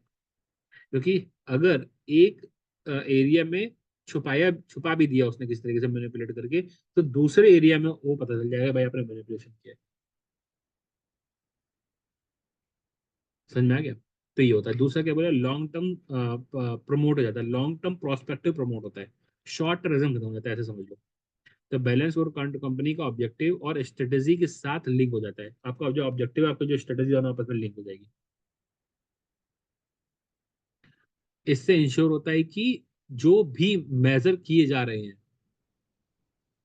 वो बिजनेस गोल के लिए रिलेवेंट है। तो अगर आपके ऑब्जेक्टिव, आपके बिजनेस के जो ऑब्जेक्टिव्स हैं और आपकी जो स्ट्रेटेजी आपस में अलाइन हो जाए, है ना, इससे ये भी इंश्योर हो जाता है कि जो मेजर किए जा रहे हैं, है ना, वो बिजनेस गोल्स के लिए भी रिलेवेंट है। समझ में आ गया हमने क्या बोला? तो लॉन्ग टर्म प्रोस्पेक्टिव को क्या मिलती है, प्रमोशन मिलता है, शॉर्ट टर्म खत्म हो जाता है। थर्ड क्या बोले, फोकस सिर्फ इंपॉर्टेंट केपीआई पे होता है, कि अगर आपने केपीआई अचीव कर लिया तो आपका अल्टीमेटली सीएसएफ अचीव हो जाएगा, और क्रिटिकल सक्सेस फैक्टर अचीव हो जाएगा, तो क्या अचीव हो जाएगा आपका, स्ट्रेटेजी अचीव हो जाएगी। आपकी स्ट्रेटेजी अचीव हो जाएगी तो आपका गोल अचीव हो जाएगा, आपका गोल अचीव हो जाएगा तो आपका मिशन अचीव हो जाएगा। तो हम लोग कुछ चीजों पे फोकस करके, छोटी सी चीजों पे फोकस करके पूरे मिशन में कंट्रीब्यूट कर सकते हैं, मिशन अचीव करने में कंट्रीब्यूट कर सकते हैं, ये बोला इन्होंने। तो फोकस सिर्फ इंपॉर्टेंट केपीआई पे ही होता है ना, सिर्फ कुछ ही केपीआई को यूज किया जाता है जिससे फोकस क्या कर रहे हैं, जिससे कंफ्यूजन नहीं होता, फोकस रहता है कि भाई ये फोकस है मेरा, इसी को अचीव करना है ना। फोकस रहता है क्रिटिकल चीजों पे, जो एक्चुअल मैटर करती हैं, फालतू चीजों पे नहीं, है ना। जिसे कहते हैं what gets measure gets done, है ना, जो मेजरेबल है उसको अचीव करो बस। तो गलत चीजें मेजर करने से अवॉइड किया जाता है, कि भाई गलत चीज पे फोकस ही नहीं करोगे, खत्म बात। जैसे हम बोलते हैं ना भाई, आपको पीएम में 70 मार्क्स लाने हैं, बस फोकस किस पे करना है, दो चीज फोकस करो, पूरा पोर्टल कर लो 3 बार, और आपका आपका जो बीपीपी है उसका पार्ट ए और पार्ट बी 2 बार कर लो। 70 मार्क्स से कम आ नहीं सकते, वो गारंटी है। जरा सी बात बोली हमने, क्यों फालतू की चीजें करनी है आपको, और जो मॉक टेस्ट पेपर दे दो, मॉक टेस्ट पेपर दे दो, बस खत्म, इतना करना है आपको। इतना करोगे 70 मार्क्स से कम नहीं आएंगे, वो गारंटी है। तो बहुत छोटी सी चीज, हमने 3 4 चीजें, वो 3 चीजें तो बोली आपको, ये तीन में फोकस कर लो, काम खत्म, मगर आपके 70, आपकी स्ट्रेटेजी अचीव हो जाएगी। स्ट्रेटेजी अचीव हो जाएगी तो आपका ऑब्जेक्टिव अचीव हो जाएगा। तो ऑब्जेक्टिव क्या है, एसीसी बनना। तो 30 क्वेश्चन डेली सॉल्व करना, ये क्या हो गया आपका केपीआई, ये क्रिटिकल सक्सेस सेक्टर, ठीक है ना। फिर उस क्रिटिकल सक्सेस सेक्टर से क्या कर लिया आपने, स्ट्रेटेजी अचीव कर ली, स्ट्रेटेजी अचीव हो गई मतलब आपकी क्या हो गया, कि आपने 70 मार्क्स आ गए आपके पीएम में, ये आपकी स्ट्रेटेजी थी, है ना। आपका ऑब्जेक्टिव क्या है, आपका ऑब्जेक्टिव अचीव हो जाएगा, स्ट्रेटेजी अचीव होगी तो आपका ऑब्जेक्टिव अचीव हो जाएगा। ऑब्जेक्टिव क्या है सर, मेरा एसीसी बनना मेरा ऑब्जेक्टिव है। सर मेरा मिशन क्या है? मिशन ये है मेरा सर कि हमको क्या करना है, हमको क्या करना है, बहुत सारा पैसा कमा करके कंट्री के लिए कुछ करना है, that is a mission. Society at large के लिए कुछ करना है, कुछ अच्छा करना है, दैट इज अ मिशन। जिसके लिए आप धरती पे क्या हुए हो, आए हो, मिशन है ये, है ना? क्लियर? समझ में आ गया हमने क्या बोला? तो आपस में सब कुछ आपस में लिंक हो जाएगा, ये कहने मतलब है। तो फोकस क्या बोला, वापस आ रहे हैं तो थर्ड पॉइंट क्या बोला, फोकस सिर्फ इंपॉर्टेंट केपीआई पे ही होता है। अगर वो आपने केपीआई अचीव कर लिया तो ऑब्वियस सी बात है, तो आप क्या कर पाओगे, फालतू चीजें से अवॉइड हो जाएंगी, वो फालतू के फोकस खत्म हो जाएंगे आपके, केवल आपको कुछ ही चीजों पे फोकस करना रह जाएगा सिर्फ। तो ये फायदे होते हैं किसके, अगर आप बैलेंस स्कोर कार्ड करते हो, इम्प्लीमेंट करते हो। तो अब चैलेंजेस क्या क्या होते हैं, डिफिकल्टी क्या होती है, प्लीज ध्यान से समझना, बहुत इंपॉर्टेंट चीजें हैं। जितना आपको सिंपल लग रहा है ना, उतना सिंपल है नहीं है, बार बार बोल रहे हैं। आधों को तो समझ में नहीं आता है। सर क्या मतलब, हम जब पढ़ा रहे हो तो एकदम सिंपल सिंपल बिल्कुल हिंदी में बता रहे हैं, खुद पढ़ने बैठोगे एक चीज समझ नहीं आई, ये सब क्या बोल क्या दिया इन्होंने, फिर टाइम वेस्ट करते फिरोगे। अब डिफिकल्टी क्या आती है कि हम लोग जब बैलेंस स्कोर कार्ड इंप्लीमेंट करते हैं तो क्या डिफिकल्टी आती है, तो ट्रेनिंग और माइंडसेट चेंज करना जरूरी हो जाता है। आपको ट्रेनिंग देना पड़ेगा, मैनेजर को, स्टाफ को समझाना पड़ेगा आपको। और स्टार्टिंग में तो लोग क्या होते हैं, बहुत ज्यादा रेसिस्टेंट करते हैं कि भाई ये सब क्यों हम इम्प्लीमेंट करें फालतू चीजें। तो क्या होता है, पहला क्या होता है, ट्रेनिंग और माइंडसेट चेंज करना जरूरी होता है पहला तो। दूसरा क्या होता है, सही केपीआई चूज करना मुश्किल हो जाता है। सर सब कहाँ लिखा हुआ है, बस यहीं पे लिखा हुआ है आपको, जो हम आपको बता रहे हैं ना। अगर आप इतना अगर पढ़ते जा रहे हो, जो हम आपको हेडिंग बोलते जा रहे हैं ना, अगर हेडिंग भी लिखते जा रहे हो ना, उतना ही लिखाना, तो भी आपके 5 में 5 मार्क्स आएंगे, मेरी गारंटी है। जितना हम हिंदी में हेडिंग बोल रहे हैं ना, आप अगर वो हेडिंग भी लिख रहे हो ना, बस मोर देन सफिशिएंट आपके लिए। वो हेडिंग लिख लो, उस हेडिंग को रिवाइज कर लो, उसी हेडिंग को कॉपी में जाके पेस्ट कराना, इंग्लिश में, हिंदी में मत लिखाना। तो पहला क्या बोला, चैलेंज क्या बोला कि ट्रेनिंग और माइंडसेट चेंज करना जरूरी होता है यहाँ पे। ये एक बड़ा क्रिटिकल टास्क है, लिमिटेशन है, डिफिकल्टी है। रेसिस्ट करते हैं, मैनेजर को क्या करना पड़ेगा, समझाना पड़ेगा, उनको ट्रेनिंग देनी पड़ेगी। शुरू में तो लोग क्या होते हैं, बहुत रेसिस्ट करते हैं इन चीजों से। दूसरा क्या बोला, सही केपीआई चूज करना मुश्किल हो जाता है। तो हर बिजनेस के लिए रिलेवेंट इंडिकेटर अलग अलग होते हैं, है ना? तो अगर गलत केपीआई हम लोगों ने सिलेक्ट कर ली है, तो पूरा सिस्टम कंफ्यूज हो जाता है। ये बड़ा प्रॉब्लम होता है, सही केपीआई चूज करना बहुत मुश्किल चीज है। थर्ड क्या बोला, कुछ डाटा मिलना मुश्किल हो सकता है, जैसे एम्प्लॉय का मोरल, है ना, इनोवेशन लेवल। इसको मेजर करने के लिए डाटा कलेक्ट कैसे करोगे, इनोवेशन लेवल कितना है आपका, एम्प्लॉय मोरल कैसे है, इसको डाटा कैसे कलेक्ट करोगे? तो हर जगह डाटा तो ना कलेक्ट हो सकता है। तो डाटा कलेक्ट करना बहुत मुश्किल होता है किसी किसी चीज का। और फिर लिखा है कि सिर्फ कस्टमर और ओनर के ऊपर फोकस होता है यहाँ पे। तो एम्प्लॉय, सप्लायर्स, कम्युनिटी, इन सबको तो इग्नोर ही कर दिया आपने सर। आपने किसको फोकस किया, customer perspective, financial perspective, innovation learning, सब क्या है, किसके पॉइंट ऑफ व्यू से बात करो, कस्टमर पॉइंट ऑफ व्यू से, ओनर के पॉइंट ऑफ व्यू से। बाकी क्या, एम्प्लॉय का क्या, सप्लायर का क्या, कम्युनिटी क्या, इन्वायरमेंट का क्या, गवर्नमेंट का क्या, वो तो आप फोकस ही नहीं कर रहे। और last but not the least, ज्यादा केपीआई लेने से कंफ्यूजन हो जाता है। आप इतने ज्यादा केपीआई बना दिया, आप खुद ही कंफ्यूज हो गए, क्या अचीव करे क्या अचीव ना करे। हमने क्या कह दिया कि भाई आपको क्या करना है, डेली 30 क्वेश्चन सॉल्व करने हैं, आपको ये भी करना है, आपको ये भी करना है, आपको ये भी करना है, ये भी करना है। आप कंफ्यूज हो गए क्या करें क्या ना करें, 8 6 घंटे मिलते हैं पढ़ाई करने के लिए, क्या अचीव कर लें। तो ज्यादा केपीआई सेट करने से ना बहुत प्रॉब्लम हो जाती है, ओवरलोडेड हो जाते हैं। तो ये लिखा है कि अगर सिलेक्टेड नहीं है, सिलेक्टिव नहीं है, कम नहीं केपीआई, तो केपीआई ओवरलोडेड हो जाएंगे, आप अचीव ही नहीं करोगे, अरे छोड़ो हमें कुछ करना ही नहीं है, हटाओ। अगर आपको सिर्फ बात बोलेंगे भाई एक काम करो, डेली 30 क्वेश्चन सॉल्व कर लो पार्ट ए के, 3 क्वेश्चन सॉल्व कर लो पार्ट बी के, और 2 क्वेश्चन सॉल्व कर लो पार्ट सी के, तो आपको पता है ठीक है, ज्यादा नहीं, 6 घंटे 5 घंटे लगेंगे, इतना तो पढ़ ही सकते हैं, आप अचीव कर लोगे। अगर हम आपको और 10 चीजें दे दें, आप बोलोगे अरे चलो छोड़ो, हम किताब ही बंद करो, घूमने चलते हैं, है ना? तो वो बड़ा हो जाता है। तो या ज्यादा केपीआई लेने से कंफ्यूजन हो जाता है। तो अगर सिलेक्टिव नहीं लिया आपने केपीआई, तो ओवरलोड हो जाएंगे। और कभी कभी केपीआई एक दूसरे से कन्फ्लिक्ट करने लग जाते हैं, एक अचीव करोगे दूसरा अचीव नहीं होगा, एक अचीव करोगे दूसरा अचीव नहीं होगा, तो ये हो जाता है। तो ये 5 बड़ी डिफिकल्टीज होती है, फिर से बोल रहे हैं, सुन लो। पहला, ट्रेनिंग और माइंडसेट चेंज करना पड़ता है। शुरू में जो मैनेजर्स होते हैं उनको ट्रेनिंग देनी पड़ती है, वो लोग रेसिस्ट करते हैं इंप्लीमेंट करने के लिए केपीआई को, बैलेंस स्कोर कार्ड को। दूसरा, सही केपीआई चूज करना मुश्किल हो जाता है, हर चीज का केपीआई सिलेक्ट नहीं कर सकते। कुछ डाटा मिलने में मुश्किल हो जाती है, किसी किसी चीज का डाटा ही नहीं आप कलेक्ट कर सकते, एम्प्लॉय मॉरल हो गया, इनोवेशन लेवल हो गया, सबका आप डाटा कलेक्ट नहीं कर सकते।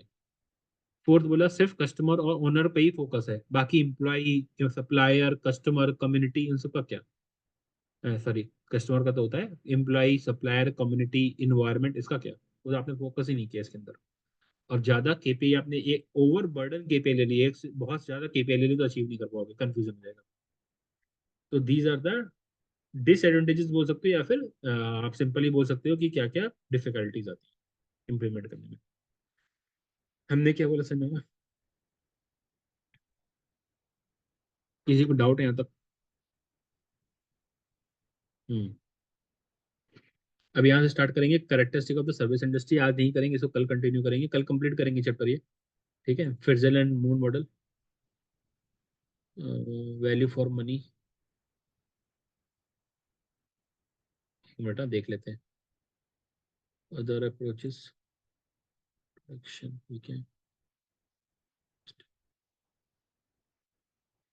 ठीक है। कल कंप्लीट हो जाएगा, ये ज्यादा टॉपिक है नहीं, मतलब टॉपिक तो ज्यादा है, अंदर का डेप्थनेस बहुत ज्यादा नहीं है। तो कल हम इसको कंप्लीट करेंगे, कल कंप्लीट करेंगे आप, फिर नेक्स्ट वीक में, मतलब आपको जब 3-4 दिन का गैप मिलेगा उसमें पूरा रिवाइज करोगे पूरे चैप्टर को। नेक्स्ट वीक से हम लोग जब फ्राइडे सैटरडे संडे को मिलेंगे तो उसके क्वेश्चन अल्टीमेटली रिवीजन मोड पे आ जाएंगे, अपने रिवीजन जो क्वेश्चन करने हैं, सब क्वेश्चन करना स्टार्ट कर देंगे, कोर्स हमारा कंप्लीट हो जाएगा इसी वीक में, संडे तक, कल कंप्लीट हो जाएगा तो हमारा। फिर हम लोग नेक्स्ट वीक से रिवीजन पे आ जाएंगे, क्वेश्चन पे आ जाएंगे, लॉन्ग क्वेश्चन करने हैं बहुत सारे, अपने को भी पेंडिंग है कुछ लॉन्ग क्वेश्चन, वो कंप्लीट करेंगे, कुछ टॉपिक छोटे छोटे टॉपिक्स हैं वो कंप्लीट करेंगे, बाकी पूरा कंप्लीट हो जाएगा, कल कंप्लीट हो जाएगा कोर्स अपना। तो जितना मैंने पढ़ाया 2-3 दिन में, तो थ्योरी थ्योरी बहुत सारी हो गई है, तो एक बार रिवाइज करना ताकि जो क्वेश्चन करो तो मजा आए आपको करके, ठीक है। चलिए मिलते हैं नेक्स्ट क्लास में, कल कंटिन्यू करते हैं।